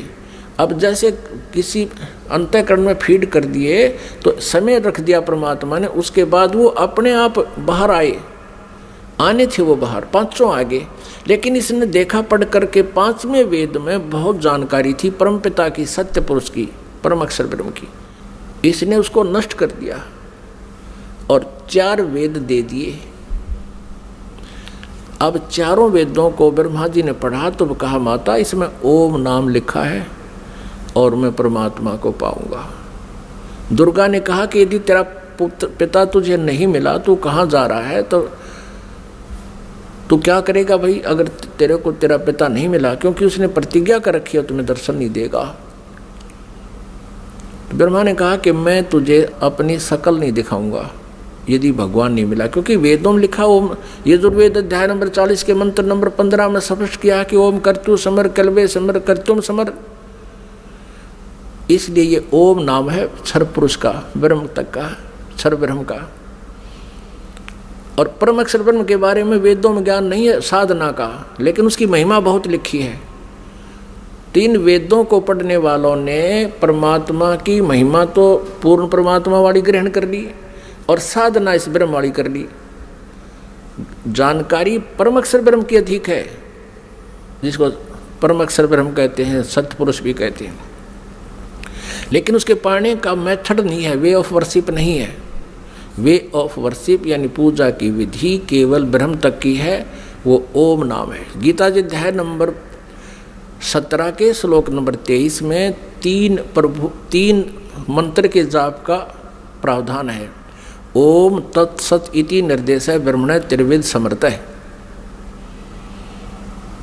और गीता जी अध्याय नंबर 15 के श्लोक नंबर 1 से 4 में और 16 और 17 में विस्तार से विवरण दिया गया है कि इस संसार रूपी वृक्ष के तना कौन है, जड़ कौन है और शाखा कौन है, डार कौन है, पत्ते क्या हैं। इनको जो जानता है वो तत्वदर्शी संत है। और उसमें 16 और 17 श्लोक में 15वें अध्याय के गीता जी में सरपुरुष, अक्षर पुरुष और परम अक्षर ब्रह्म यानी उस उत्तम पुरुष है तो अन्य, इन सरपुरुष और अक्षर पुरुष से कोई अन्य है, वो परम अक्षर ब्रह्म है। गीता जी अध्याय नंबर 8 के श्लोक नंबर 1 में अर्जुन ने पूछा कि आप जी ने जो अध्याय नंबर 7 के मंत्र 29 में जिस तत्ब्रह्म के बारे में कहा प्रभु वो किम तत्ब्रह्म, उसका उत्तर गीता ज्ञानदाता ने 8वें अध्याय के 3रे श्लोक में दिया है कि वो परम अक्षर ब्रह्म है और वही सबका सृष्टि रचनहार है। तीनों लोकों में प्रवेश करके सबका धारण पोषण करता है, 15वें अध्याय के 17वें श्लोक में स्पष्ट किया है। तो वो परम अक्षर ब्रह्म है, उसकी जानकारी वेदों में पाने की नहीं है, वो तो तत्वदर्शी संत बताएगा, ये दास बताएगा, परमात्मा ने भेजा है उस इसी उद्देश्य से। वो ना होने से ब्रह्मा जी ने ओम नाम का जाप किया, 4 युग तक समाधि लगा के हठ योग भी किया। तब दुर्गा ने अपने वचन से एक लड़की उत्पन्न की और उससे कहा कि बेटी आप जाओ और ब्रह्मा को जो समाधिस्थ है उसको उठाओ और कहो कि आपको माता याद कर रही है, तेरे बिना सृष्टि नहीं रची जा रही। अब 4 युग जब बीत गए, आकाशवाणी की दुर्गा को सरपुरुष ने कि दुर्गा सृष्टि रचो। दुर्गा ने कहा, प्रकृति देवी ने कहा कि आपका ज्येष्ठ पुत्र आपकी खोज में गया है, मेरे मना करते करते भी गया है। तब आकाशवाणी से कहा उस काल ने, सरपुरुष ने, कि उसको बुलाओ, मैं कभी दर्शन नहीं दूंगा। तब वो लड़की वहाँ भेजी। लड़की ने जाकर के देखा कि आवाज़ लगाई, ब्रह्मा उठा नहीं। तब दुर्गा से अपना आकाश यानी अंदर से अंतःकरण से फ़ोन किया, टेलीफोन किया कि माता ये उठ नहीं रहा, अब क्या करूं, बहुत आवाज़ लगा ली। दुर्गा ने कहा कि तू इसके चरण स्पर्श कर। चरण स्पर्श करते ही ब्रह्मा की आंखें यानी समाधि टूट गई। सामने देखा युवा लड़की को। ब्रह्मा जी ने कहा कि तू कौन कुलटा आ गई है, तुझे मैं श्राप दूंगा, तू मेरा तप भंग करने को आई है। तब लड़की ने कहा मेरे को माता ने भेजा है और आपके बिना सृष्टि रची नहीं जा रही है, बहुत चिंता है माता को, आप चलो। तब ब्रह्मा ने कहा कि कैसे चलूं, पिता के दर्शन हुए नहीं। माँ से मैं प्रतिज्ञा करके आया था कि यदि प्रभु मुझे प्राप्त नहीं हुए तो मैं तुझे शकल नहीं दिखाऊंगा, दर्शन नहीं दूंगा, लौट कर नहीं आऊँगा। अब कैसे चलूँ, मुझे परमात्मा मिला नहीं। फिर ब्रह्मा ने कहा कि तू एक काम कर, मेरी झूठी गवाही दे दे तो मैं तेरे साथ चल पड़ूँ। अब उस लड़की ने सोचा कि माँ का कार्य नहीं हुआ तो अक्षुब्ध होगी और यदि मैं झूठ बोलूँगी तो ये कह दे कि इसने अपनी मर्जी से बोला है, तो फिर मैं मारी जाऊँगी, मेरे ऊपर ज़्यादा भार आएगा। तब उसने शर्त रखी कि तू मेरे साथ विलास कर, तब मैं तेरी झूठी गवाही दूंगी, तू मेरे साथ ऐसा कर। ब्रह्मा ने सोचा कि परमात्मा के दर्शन हुए नहीं, वैसे मैं घर जा नहीं सकता। उसने उस लड़की की बात को स्वीकार किया। फिर लड़की ने अपने वचन से एक और लड़की उत्पन्न की और कहा कि 1 से 2 गवाह ज़्यादा अच्छे होते हैं। उस लड़की से कहा दूसरे नंबर की से कि तू भी गवाही देना कि ब्रह्मा जी को पिता के दर्शन हो गए। और हमारे सामने होगे। उसने भी यही शर्त रखी इसी उद्देश्य से, कहीं मैं झूठी ना सिद्ध कर दे मुझे ये और ये आप बच जावें। उस लड़की ने भी वही शर्त रखी ब्रह्मा को, ब्रह्मा ने वो स्वीकार किया। अब तीनों के तीनों माँ के पास आ गए, दुर्गा के पास। अब दुर्गा ने पूछा, प्रकृति देवी ने पूछा ब्रह्मा से, क्या आपको अपने पिता के दर्शन हो गए? अब सुनियोजित षड्यंत्र के तहत ब्रह्मा ने कहा कि हाँ मुझे पिताजी के दर्शन हो गए। तो दुर्गा ने कहा कि भाई कैसे मानूं मैं तेरी बात को, क्योंकि दुर्गा को तो फाइनल था कि उसने कह रखा कि मैं दर्शन नहीं दूंगा, ये मेरा फाइनल आदेश है, फाइनल फैसला है, डिसीजन है। अब दुर्गा को पूरा दृढ़ विश्वास था कि ऐसा तो हो नहीं सकता। तो उसने कहा कोई गवाह बता भाई, कोई एविडेंस दे। ब्रह्मा ने कहा कि दोनों लड़कियां मेरी गवाह हैं। अब उस दोनों लड़कियों से दुर्गा ने पूछा कि बताओ तुम्हारे सामने इसको दर्शन हुए? हाँ। दोनों ने झूठी गवाही दे दी कि हमारे सामने इसको ब्रह्मा जी को भगवान ने दर्शन दिए हैं, मनुष्य दृश्य है। क्योंकि वेदों में लिखा है, यजुर्वेद अध्याय नंबर 5 के श्लोक नंबर 1 में और 5 के मंत्र नंबर 8 में, तो 8 में तो 3 बार लिखा भगवान के विषय में, और यजुर्वेद अध्याय नंबर 5 के श्लोक नंबर 1 मंत्र में 2 बार लिखा अग्ने तनुरसी विष्णुवे तवा सोमस्य तनुरसी। परमात्मा सहशरीर है, उस परमेश्वर का सबके धारण पोषण करने के लिए उस अमर पुरुष का शरीर है। और ऋग्वेद मंडल नंबर 1 सूक्त नंबर 31 मंत्र नंबर 18 में स्पष्ट किया है कि वो नरवत अग्नि, मनुष्यवत, मनुष्य के समान है वो परमात्मा। तो ब्रह्मा को वेदों से तो पता था कि भगवान मनुष्य जैसा है, उधर से उनको समझा दिया, तुम न्यों बता दियो भगवान मनुष्य जैसा है। अब दुर्गा को सभी ने जब गवाही दे दी तो दुर्गा असमंजस में पड़ गई कि मेरे को तो वो कह रहा था मैं दर्शन दूंगा ही नहीं, और इन बच्चों को दर्शन दे दिए। अब दुर्गा अपने मन में दुखी होकर दूर जा बैठी और कहने लगी कि आप तो बहुत झूठे हो। आकाशवाणी अपने इंटरनेट कनेक्शन कर लिया, ऐसे ही कर लेते हैं बातें जब जिनकी भक्ति से जो सिद्धियां प्राप्त हो जाती हैं, दूसरे से दूर देश में बैठकर भी बातें की जा सकती हैं। अब दुर्गा ने कहा कि आप झूठे हो, आप झूठ भी बोलते हो, संभालो अपने काम को, आप ही करो, मुझे कुछ कहते हो, बच्चों को कुछ कहा है। तब उस आकाशवाणी की उस काल ने, ब्रह्म ने, क्षरब्रह्म ने कि तीनों झूठ बोल रहे हैं, मैंने कोई दर्शन नहीं दिए।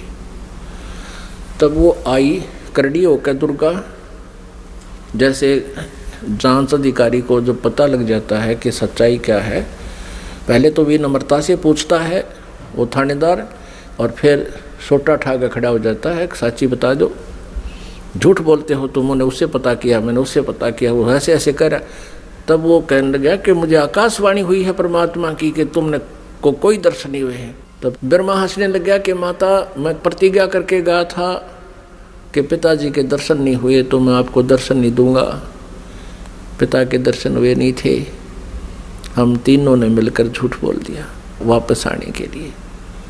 तब दुर्गा ने उन तीनों को श्राप दे दिया। ब्रह्मा को श्राप दिया कि तेरी जग में पूजा नहीं होगी और तेरे जितने भी अनुयायी वंशज होंगे तेरे जैसे लपाड़ लफंडर झूठे होंगे, सच्चाई का पता नहीं होगा पर विद्वान कब आएंगे। तो ब्रह्मा जी के अनुयायी कौन है? ऋषि महर्षि, और उनको वेदों का बिल्कुल ज्ञान नहीं था और महर्षि की पदवी पा गए। अभी दिखाएंगे, घबराना ना, कोई पहली बार सुन रहा हो, पूरी डिटेल दिखाएंगे कि सतयुग के ब्राह्मण और गुरु ऋषियों को वेदों का ज्ञान कैसा था। उनको वेदों का ज्ञान ही नहीं था। अब ब्रह्मा जी को बड़ी चिंता हुई कि मेरे को श्राप दे दिया, मेरी पूजा नहीं होगी।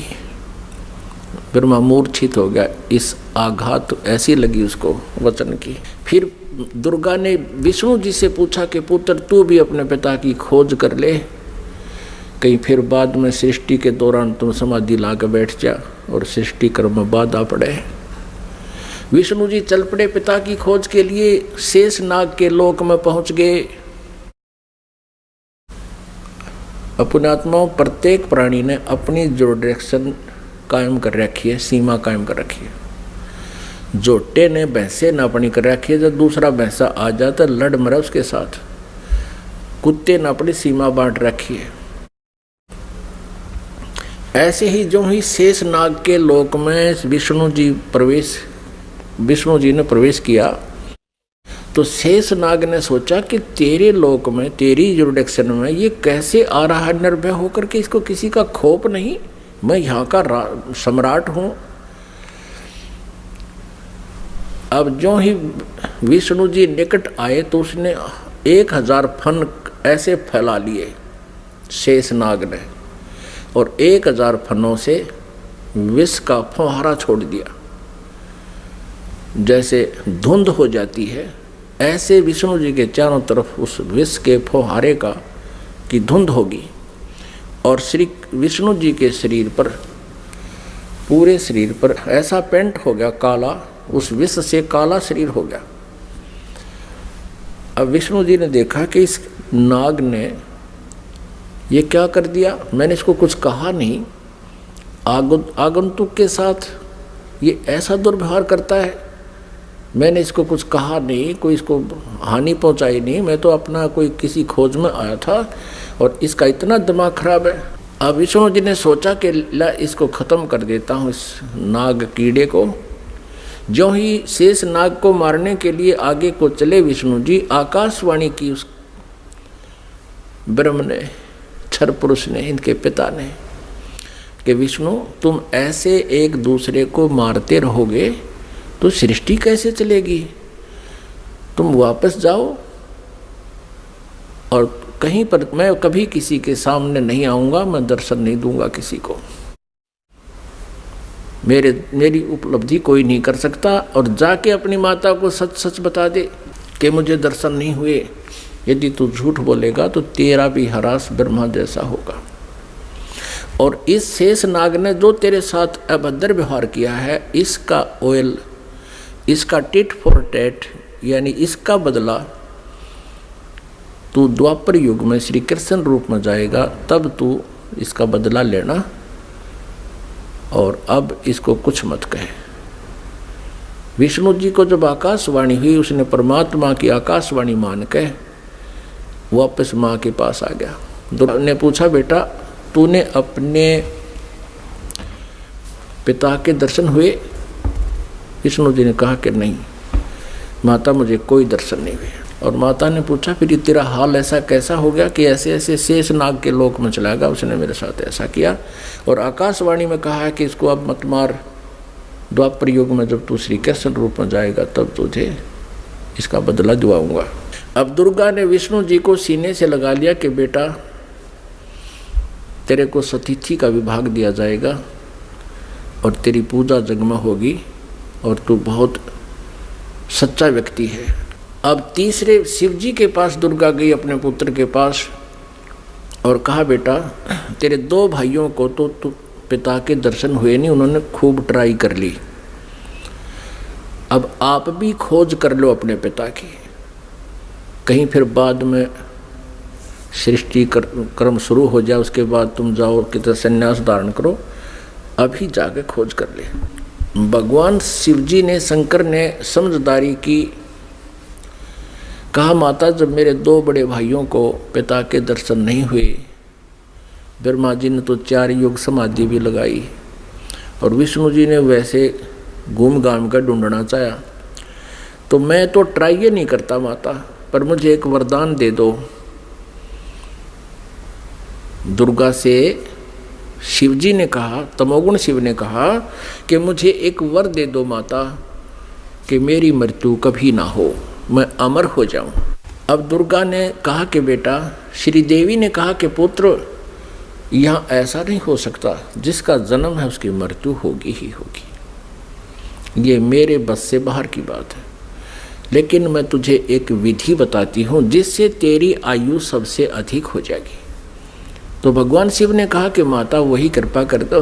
तो दुर्गा ने कहा कि बेटा इस आयु के बढ़ाने का एक विधि है, तरीका है कि प्राणायाम करके श्वास को सूक्ष्म कर ले, एक स्थान पर बैठा रहे और सूक्ष्म श्वास कम से कम लेने से आयु बढ़ जाती है, क्योंकि आयु श्वासों पर आधारित है।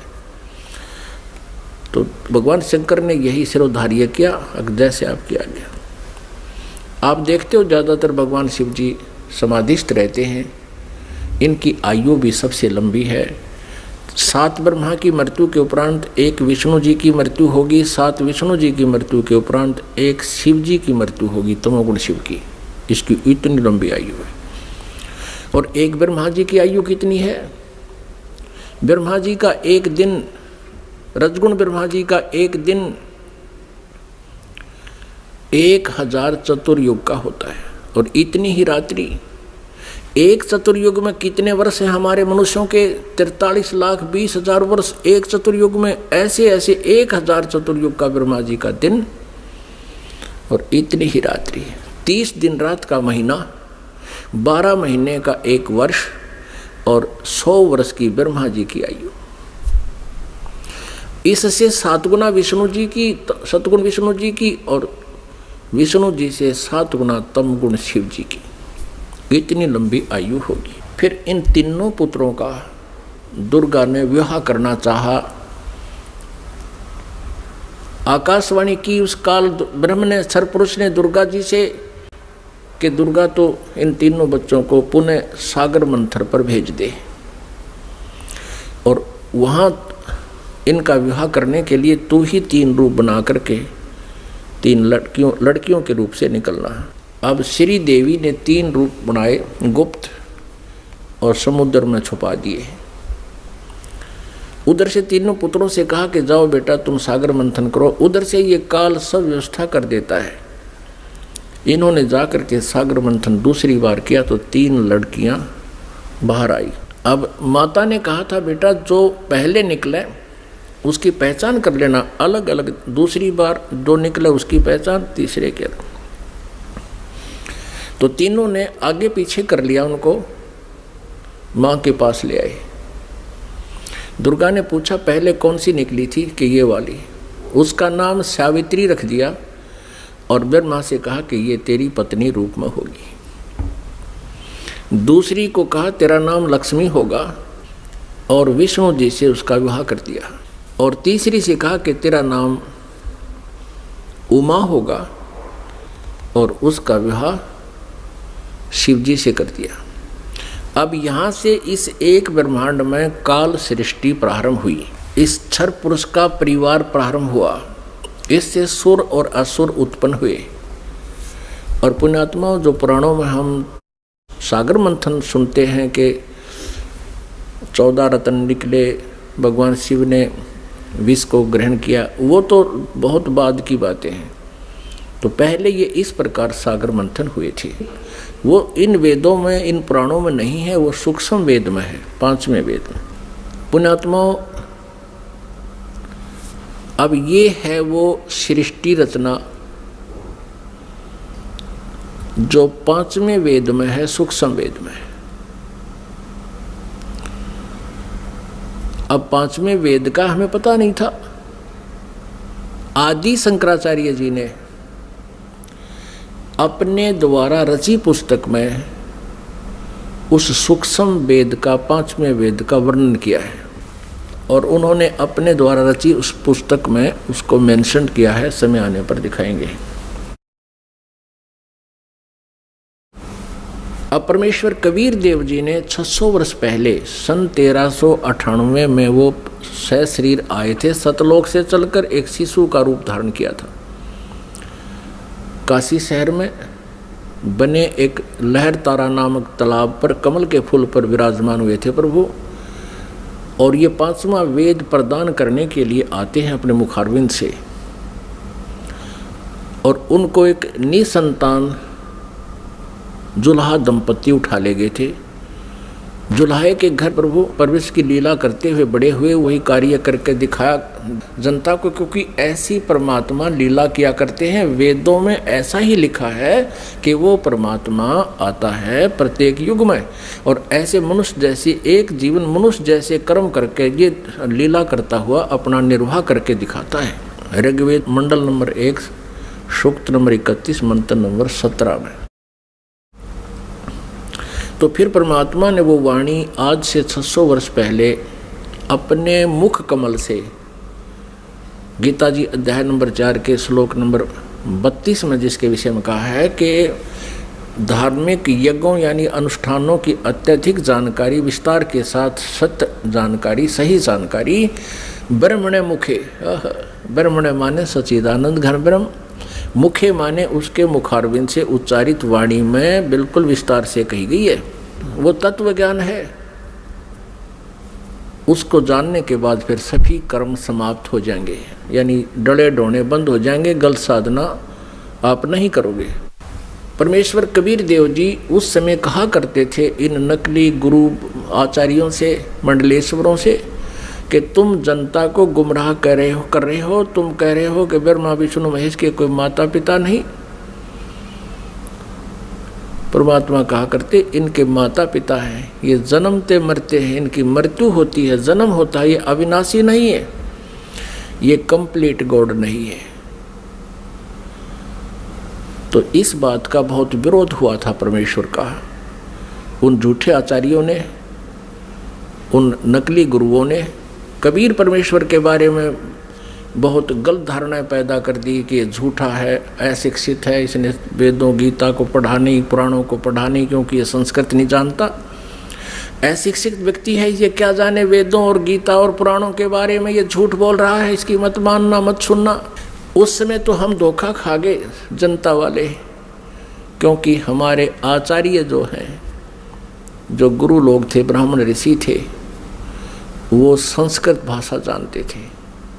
तो हमने ये सोचा कि ये सभी सदग्रंथ संस्कृत भाषा में विद्यमान हैं, लिखे हैं, तो कबीर जी संस्कृत नहीं जानते, क्योंकि ये किसी ब्राह्मण के पास पढ़े नहीं, इसलिए कबीर जी झूठ बोल रहे होंगे, ये हमारे गुरु, ये आचार्य, ये सत्य कह रहे हैं, इसलिए परमेश्वर के उस ज्ञान को हमने स्वीकारा नहीं, और उसी का खामियाना आज तक भुगत रहे हैं। हम भक्ति भी कर रहे हैं लेकिन शास्त्र विरुद्ध कर रहे हैं। हमें ज्ञान भी प्राप्त है, वो परमात्मा का ज्ञान नहीं है। आज से 600 वर्ष पहले परमात्मा ने अपने सच्चिदानंद घन ब्रह्म की वाणी में क्या बोला था, क्या बताया था। जैसे ऋग्वेद मंडल नंबर 9 सूक्त नंबर 86 मंत्र 26 और 27 में, ऋग्वेद मंडल नंबर 9 सूक्त नंबर 82 मंत्र 1, 2, 3 में, ऋग्वेद मंडल नंबर 9 सूक्त नंबर 20 मंत्र 1 में, ऋग्वेद मंडल नंबर 9 सूक्त नंबर 96 के मंत्र नंबर 16 से 21 तक, उसमें कहा कि परमात्मा सतलोक से चलकर आता है। ऋग्वेद मंडल नंबर 9 सूक्त नंबर 1 मंत्र नंबर 8 और 9 में स्पष्ट किया है परमात्मा कि वह शिशु रूप धारण करता है, और जब वो शिशु रूप में आता है परमात्मा, तो उसकी परवरिश की लीला कंवारी गायों से होती है, और वो परमात्मा तत्व ज्ञान, यथार्थ ज्ञान को बताने के लिए अपनी प्यारी आत्माओं को मिलता है, श्रेष्ठ वर्णीय आत्माओं को, श्रेष्ठ आत्माओं को मिलता है, उनको फिर तत्व ज्ञान से परिपूर्ण करता है। उसी आधार से परमात्मा जो लीला किया ही करते हैं, उसी तरह करते हुए आदरणीय धर्मदास साहिब जी को मिले। अच्छी आत्माओं में से किन किन अच्छी आत्माओं को मिले? आदरणीय धर्मदास साहिब जी को मिले, आदरणीय मलुकदास साहिब जी को मिले, आदरणीय दादूदास साहिब जी को मिले, आदरणीय नानक साहिब जी को मिले, आदरणीय गरीबदास साहिब जी गांव छुडानी जिला झज्जर हरियाणा वाले को मिले, आदरणीय घीसा साहिब जी गांव खेखड़ा जिला मेरठ उत्तर प्रदेश वाले को मिले। तो वो परमात्मा के गुणों में लिखा है कि वो ऐसा करते हैं, वेद भी गवाही दे रहे हैं। उसी आधार से परमात्मा धर्मदास साहिब जी को मिले थे, जो बांधवगढ़ के रहने वाले थे, मथुरा में गए हुए थे भगवान की खोज में। वहाँ परमात्मा ने कहा था इन तीर्थों पर भगवान नहीं है, भगवान आपके सदग्रंथों में लिखी हुई विधि से प्राप्त होगा। और धर्मदास जी आप यहाँ कह रहे हो कि भगवान यहाँ घूमा करते थे श्री कृष्ण जी, फिर अब तो नहीं है वो, या तो घूमा करते थे उस समय आते तुम, अब वो है ही नहीं, अब क्या ढूंढने आते हो? आपके सदग्रंथों में लिखे हैं, उन सदग्रंथों से ढूंढो। क्या बताया भगवान ने? धर्मदास ये जग बोरा न, कोई न जाने पद निर्वाण, यही कारण मैं कथा पसारा, जग से कहिए वो राम नियारा। परमेश्वर कबीर देव जी ने ये सृष्टि रचना धर्मदास जी को सुनाई थी, आदरणीय धर्मदास साहब जी को। परम पूज्य परमेश्वर कबीर जी ने जो कथा दास ने आपको सुनाई, यही कथा आदरणीय धर्मदास साहब जी को सुना रखी थी, उसमें से दास ने आपको सुनाया। अब ये उनकी सच्चिदानंद घन ब्रह्म की वाणी में लिपिबद्ध है, कबीर सागर में लिखा है, उससे पढ़कर सुना रहा हूँ आपको। वो कबीर वाणी कहलाती है, सच्चिदानंद घन ब्रह्म की वाणी कहलाती है, जिसके विषय में गीता जी अध्याय नंबर 4 के श्लोक नंबर 32 में कहा है कि वो सच्चिदानंद घन ब्रह्म की मुखारविंद से उतरित उस अमर वाणी में, कबीर वाणी में लिखा है। धर्मदास ये जग बोरा न, कोई न जान पद निर्वाण, यही कारण मैं कथा पसारा, जग से कहिए वो राम निहारा। यही ज्ञान जग जीव सुनावो, सब जीवों का भ्रम नसाओ, अब मैं तुमसे कहूँ चेताई, त्रिदेवन की उत्पत्ति भाई। इन तीनों देवताओं की उत्पत्ति मैं तुम्हें बताता हूँ, परमेश्वर कहते हैं कबीर जी। परम पूज्य कबीर परमेश्वर जी क्या बता रहे हैं कि अब मैं तुझे तुम्हारे तीनों देवताओं की उत्पत्ति बताता हूँ। पुण्यात्माओं, 600 वर्ष पहले परमात्मा ने ये ज्ञान अपनी सच्चिदानंद घन ब्रह्म की वाणी में लिखा, बोला, वो लिखा गया। और यही अब आपको रूबरू कराएंगे पुराणों में और वेदों में, गीता जी में। आप दांतों तले उंगली दबाओगे कि सचमुच हे भगवान ने हमारे को कैसा मूर्ख बना रखा था इन नकली आचार्यों ने, गुरुओं ने। हमें हमारे सिलेबस से भी परिचित नहीं कराया इन अध्यात्मिक गुरुओं ने। हमारा सिलेबस है, हमारे सदग्रंथ है, इनके विरुद्ध जो ज्ञान सुना जाता है वो शास्त्र सिलेबस के विरुद्ध है, शास्त्र विरुद्ध है। अब मैं तुमसे कहूँ चिताई, त्रिदेवन की उत्पत्ति भाई, कुछ संक्षेप कहूँ गौराई, सब संशय तुमरे मिट जाई। कहते थोड़े से समय में संक्षेप में बताऊंगा, उससे में सारे संशय दूर हो जाएंगे। ज्ञानी सुने सो हृदय लगाई, मूर्ख सुने तो गम ना पाई। इस ज्ञान को जो बुद्धिमान व्यक्ति सुनेंगे, इस कथा को, तो हृदय से लगाएंगे कि सचमुच सही है। और प्रमाण देखेंगे अपने सदग्रंथों में, पुराणों में और वेदों और गीता जी में। बुद्धिमान तो हृदय से लगाएगा कि सचमुच यही बात है, हमें पता नहीं लगा। और मूर्ख सुने तो गम नहीं पाई, माने वो नहीं समझ सकेगा, वो तो अनाड़ी आदमी है। प्रमाण देखकर भी नहीं मानना, तो अनाड़ी व्यक्ति है। ज्ञानी सुने सो हृदय लगाई, मूर्ख सुने तो गम ना पाई। अब मैं तो बताने जा रहा हूं उसके बारे में, समझदार तो समझेंगे क्या। माँ अष्टंगी पिता निरंजन, ये जमदारुण वंशन अंजन। ब्रह्मा श्री विष्णु श्री शिव जी के माता तो अष्टंगी या दुर्गा है, और पिता ये ज्योत निरंजन क्षर पुरुष क्षर ब्रह्म ये काल है। माँ अष्टंगी पिता निरंजन, ये जमदारुण वंशन अंजन। पहले कीन निरंजन राई, पीछे से माया उपजाई। पहले तो कहते हैं ज्योत निरंजन क्षर ब्रह्म का अंडे से जन्म हुआ, उत्पत्ति हुई परमात्मा से ही, और पीछे से दुर्गा की उत्पत्ति की परमेश्वर ने ही, परम अक्षर ब्रह्म ने, सतपुरुष कबीर साहब ने। तो फिर क्या बताते हैं, पहले कीन निरंजन राई, पीछे से माया उपजाई। माया दुर्गा को कहते हैं। माया रूप देख अति शोभा, देव निरंजन तन मन लोभा। दुर्गा के सुंदर रूप को देखकर इसके अंदर विषय वासना प्रभावित होगी, प्रबल होगी। कामदेव धर्मराय सताए, देवी को तुरंत धर खाए। क्या बताते हैं कि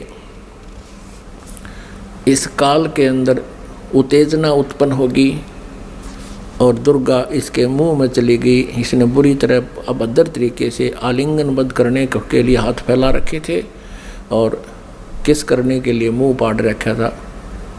पागल की तरह। दुर्गा इसके मुंह से चली गई अंदर पेट में। पेट से देवी करी पुकारा, हे साहेब मेरा करो उभारा।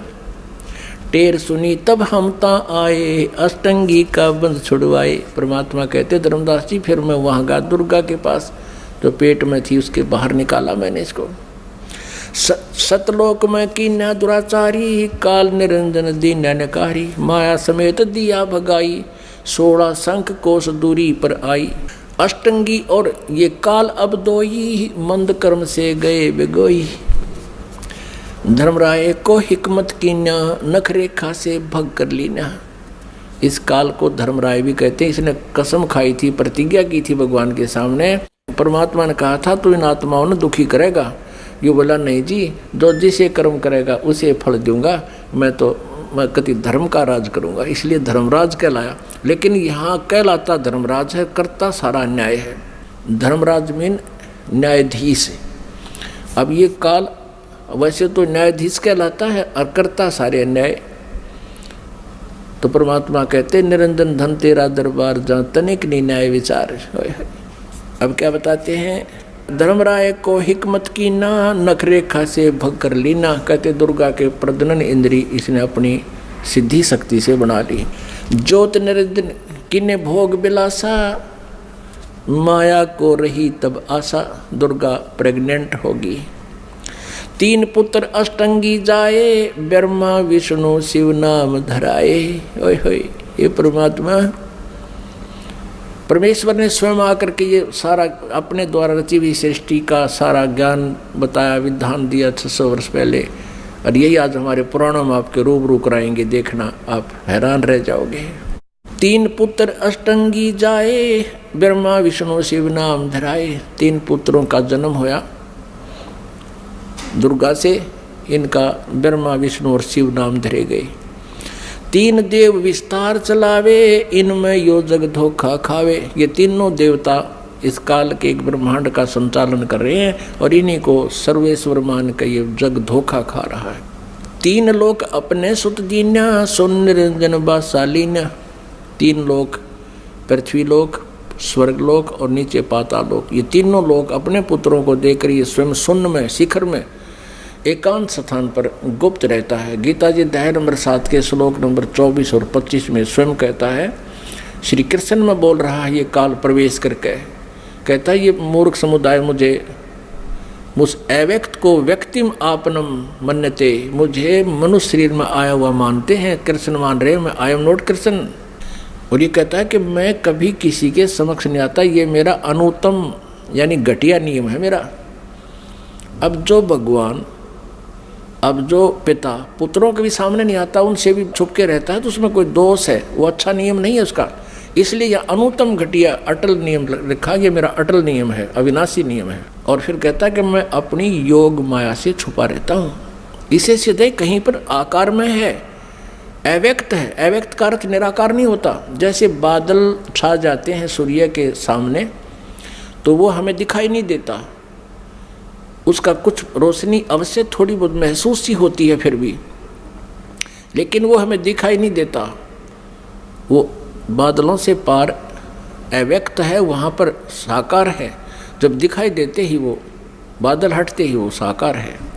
लेकिन उसको निराकार नहीं कह सकते कि भगवान दिखाई दे जब तो साकार हो जाता, ना दिखाई तो निराकार है, या कोई डेफिनेशन हुई भगवान की।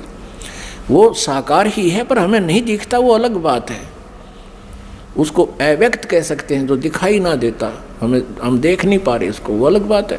लेकिन परमात्मा साकार है। निराकार और साकार की परिभाषा अलग अलग होती है। निराकार जो कभी ना दिखाई दे, जिसका कोई आकार नहीं है, और साकार जो सह शरीर है, उसका कोई आकार है, उसको साकार कहते हैं। जिन अज्ञानियों को ज्ञान नहीं, उन्होंने परमात्मा की परिभाषा बदल डाली अपने अज्ञान सोच के आधार पर, तो वो तत्व ज्ञानहीन प्राणी है।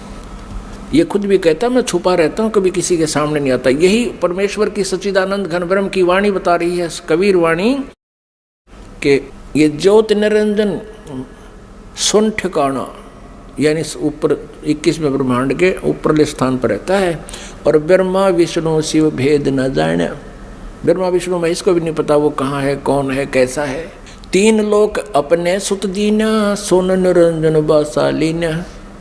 तीन देव सो उसको ध्यावे, निरंजन का वो पार न पावे। ये तीनों देवता समाधि लगाते फिर भी चेष्टा करते हैं, क्योंकि आत्मा नहीं रुक सकती भगवान बिना। कभी कभी ये फिर भी तपस्या करने की चेष्टा करते हैं थोड़ी बहुत वर्षों तक, लेकिन उसका भेद नहीं पाए। और पहले ही उन्होंने ट्राई करके देख लिया, इन्होंने परमात्मा नहीं मिले। इसलिए दुर्गा ने उन्हें बता दिया कि वो निराकार है, तो इन्होंने स्वीकार कर लिया कि वो निराकार है। और इन्होंने भी ट्राई करके देख लिया, नहीं मिला, तो सब ने उसकी डेफिनेशन बदल ली अपनी सोच के आधार से कि परमात्मा निराकार है। क्यों दिखाई नहीं दे रहा उनको? उनकी वे ऑफ वर्शिप परमात्मा देखने वाली नहीं थी। वेदों में जो वर्णन है परमात्मा का, ओम नाम और आदि जो साधन है, ये परमात्मा को पाने के नहीं है। क्योंकि गीता जी अध्याय नंबर 11 के श्लोक नंबर 47 और 48 में ये श्रीमद् भगवद गीता जी का ज्ञान ये काल ही दे रहा है श्री कृष्ण में प्रवेश करके। और ये कहता है कि अर्जुन वास्तविक रूप मेरा ये है, विराट रूप दिखाया, और मेरे दर्शन, मेरी प्राप्ति, मेरा ये रूप है, और इस रूप में मैं कभी किसी को दर्शन नहीं देता, इसने प्रतिज्ञा कर रखी है। और ये कहता है कि अर्जुन तेरे से पहले मेरे इस रूप को जो तूने आज देखा, पहले किसी ने नहीं देखा इस विराट रूप को। अब श्री कृष्ण गीता जी बोल रहे होते तो ये नहीं कहते कि मेरा ये विराट रूप, असली रूप ये है, ये काल रूप है, इसको किसी ने पहले नहीं देखा। क्योंकि श्री कृष्ण जी तो कौरवों की सभा में पहले अपना विराट रूप दिखा चुके थे, तो ये शब्द नहीं कहते जो श्रीमद् भगवद गीता अध्याय नंबर 11 के श्लोक 47 में कहा और 48 में कहा कि इस मेरी प्राप्ति यानी मेरे रूप के दर्शन यानी भगवान प्राप्ति, ब्रह्म प्राप्ति, ब्रह्म का ये रूप है, ये काल है। कहता ना वेदों वर्णित विधि से, ना किसी जप से, ना तप से, ना किसी क्रिया से कोई भी प्राप्ति नहीं कर सकता। इससे सिद्ध है कि गीता जी अध्याय नंबर 8 नंबर 13 में कहा कि ओम इति एक अक्षरम ब्रह्म व्यवहारण माम अनुसमरण। मुझ ब्रह्म का केवल ओम एक अक्षर है, इसका उच्चारण करके स्मरण करता हुआ यह प्रयाति तजन देहम, दो शरीर छोड़कर जाते समय तक स्मरण करता रहता है, तो मेरे से प्राप्त लाभ को, परम गति को प्राप्त होता है। ओम नाम से जितनी गति होनी है उसको प्राप्त करता है। तो यहाँ ये कह रहा है कि मेरी प्राप्ति ना वेदों वर्णित विधि से, ना तप से, ना जप से, ना किसी क्रिया से नहीं हो सकती। 11वें अध्याय के 47-48। तो इससे सिद्ध हो गया कि उस ज्योत निरंजन का किसी ने दर्शन नहीं हुए और उसको कह दिया कि वो निराकार है।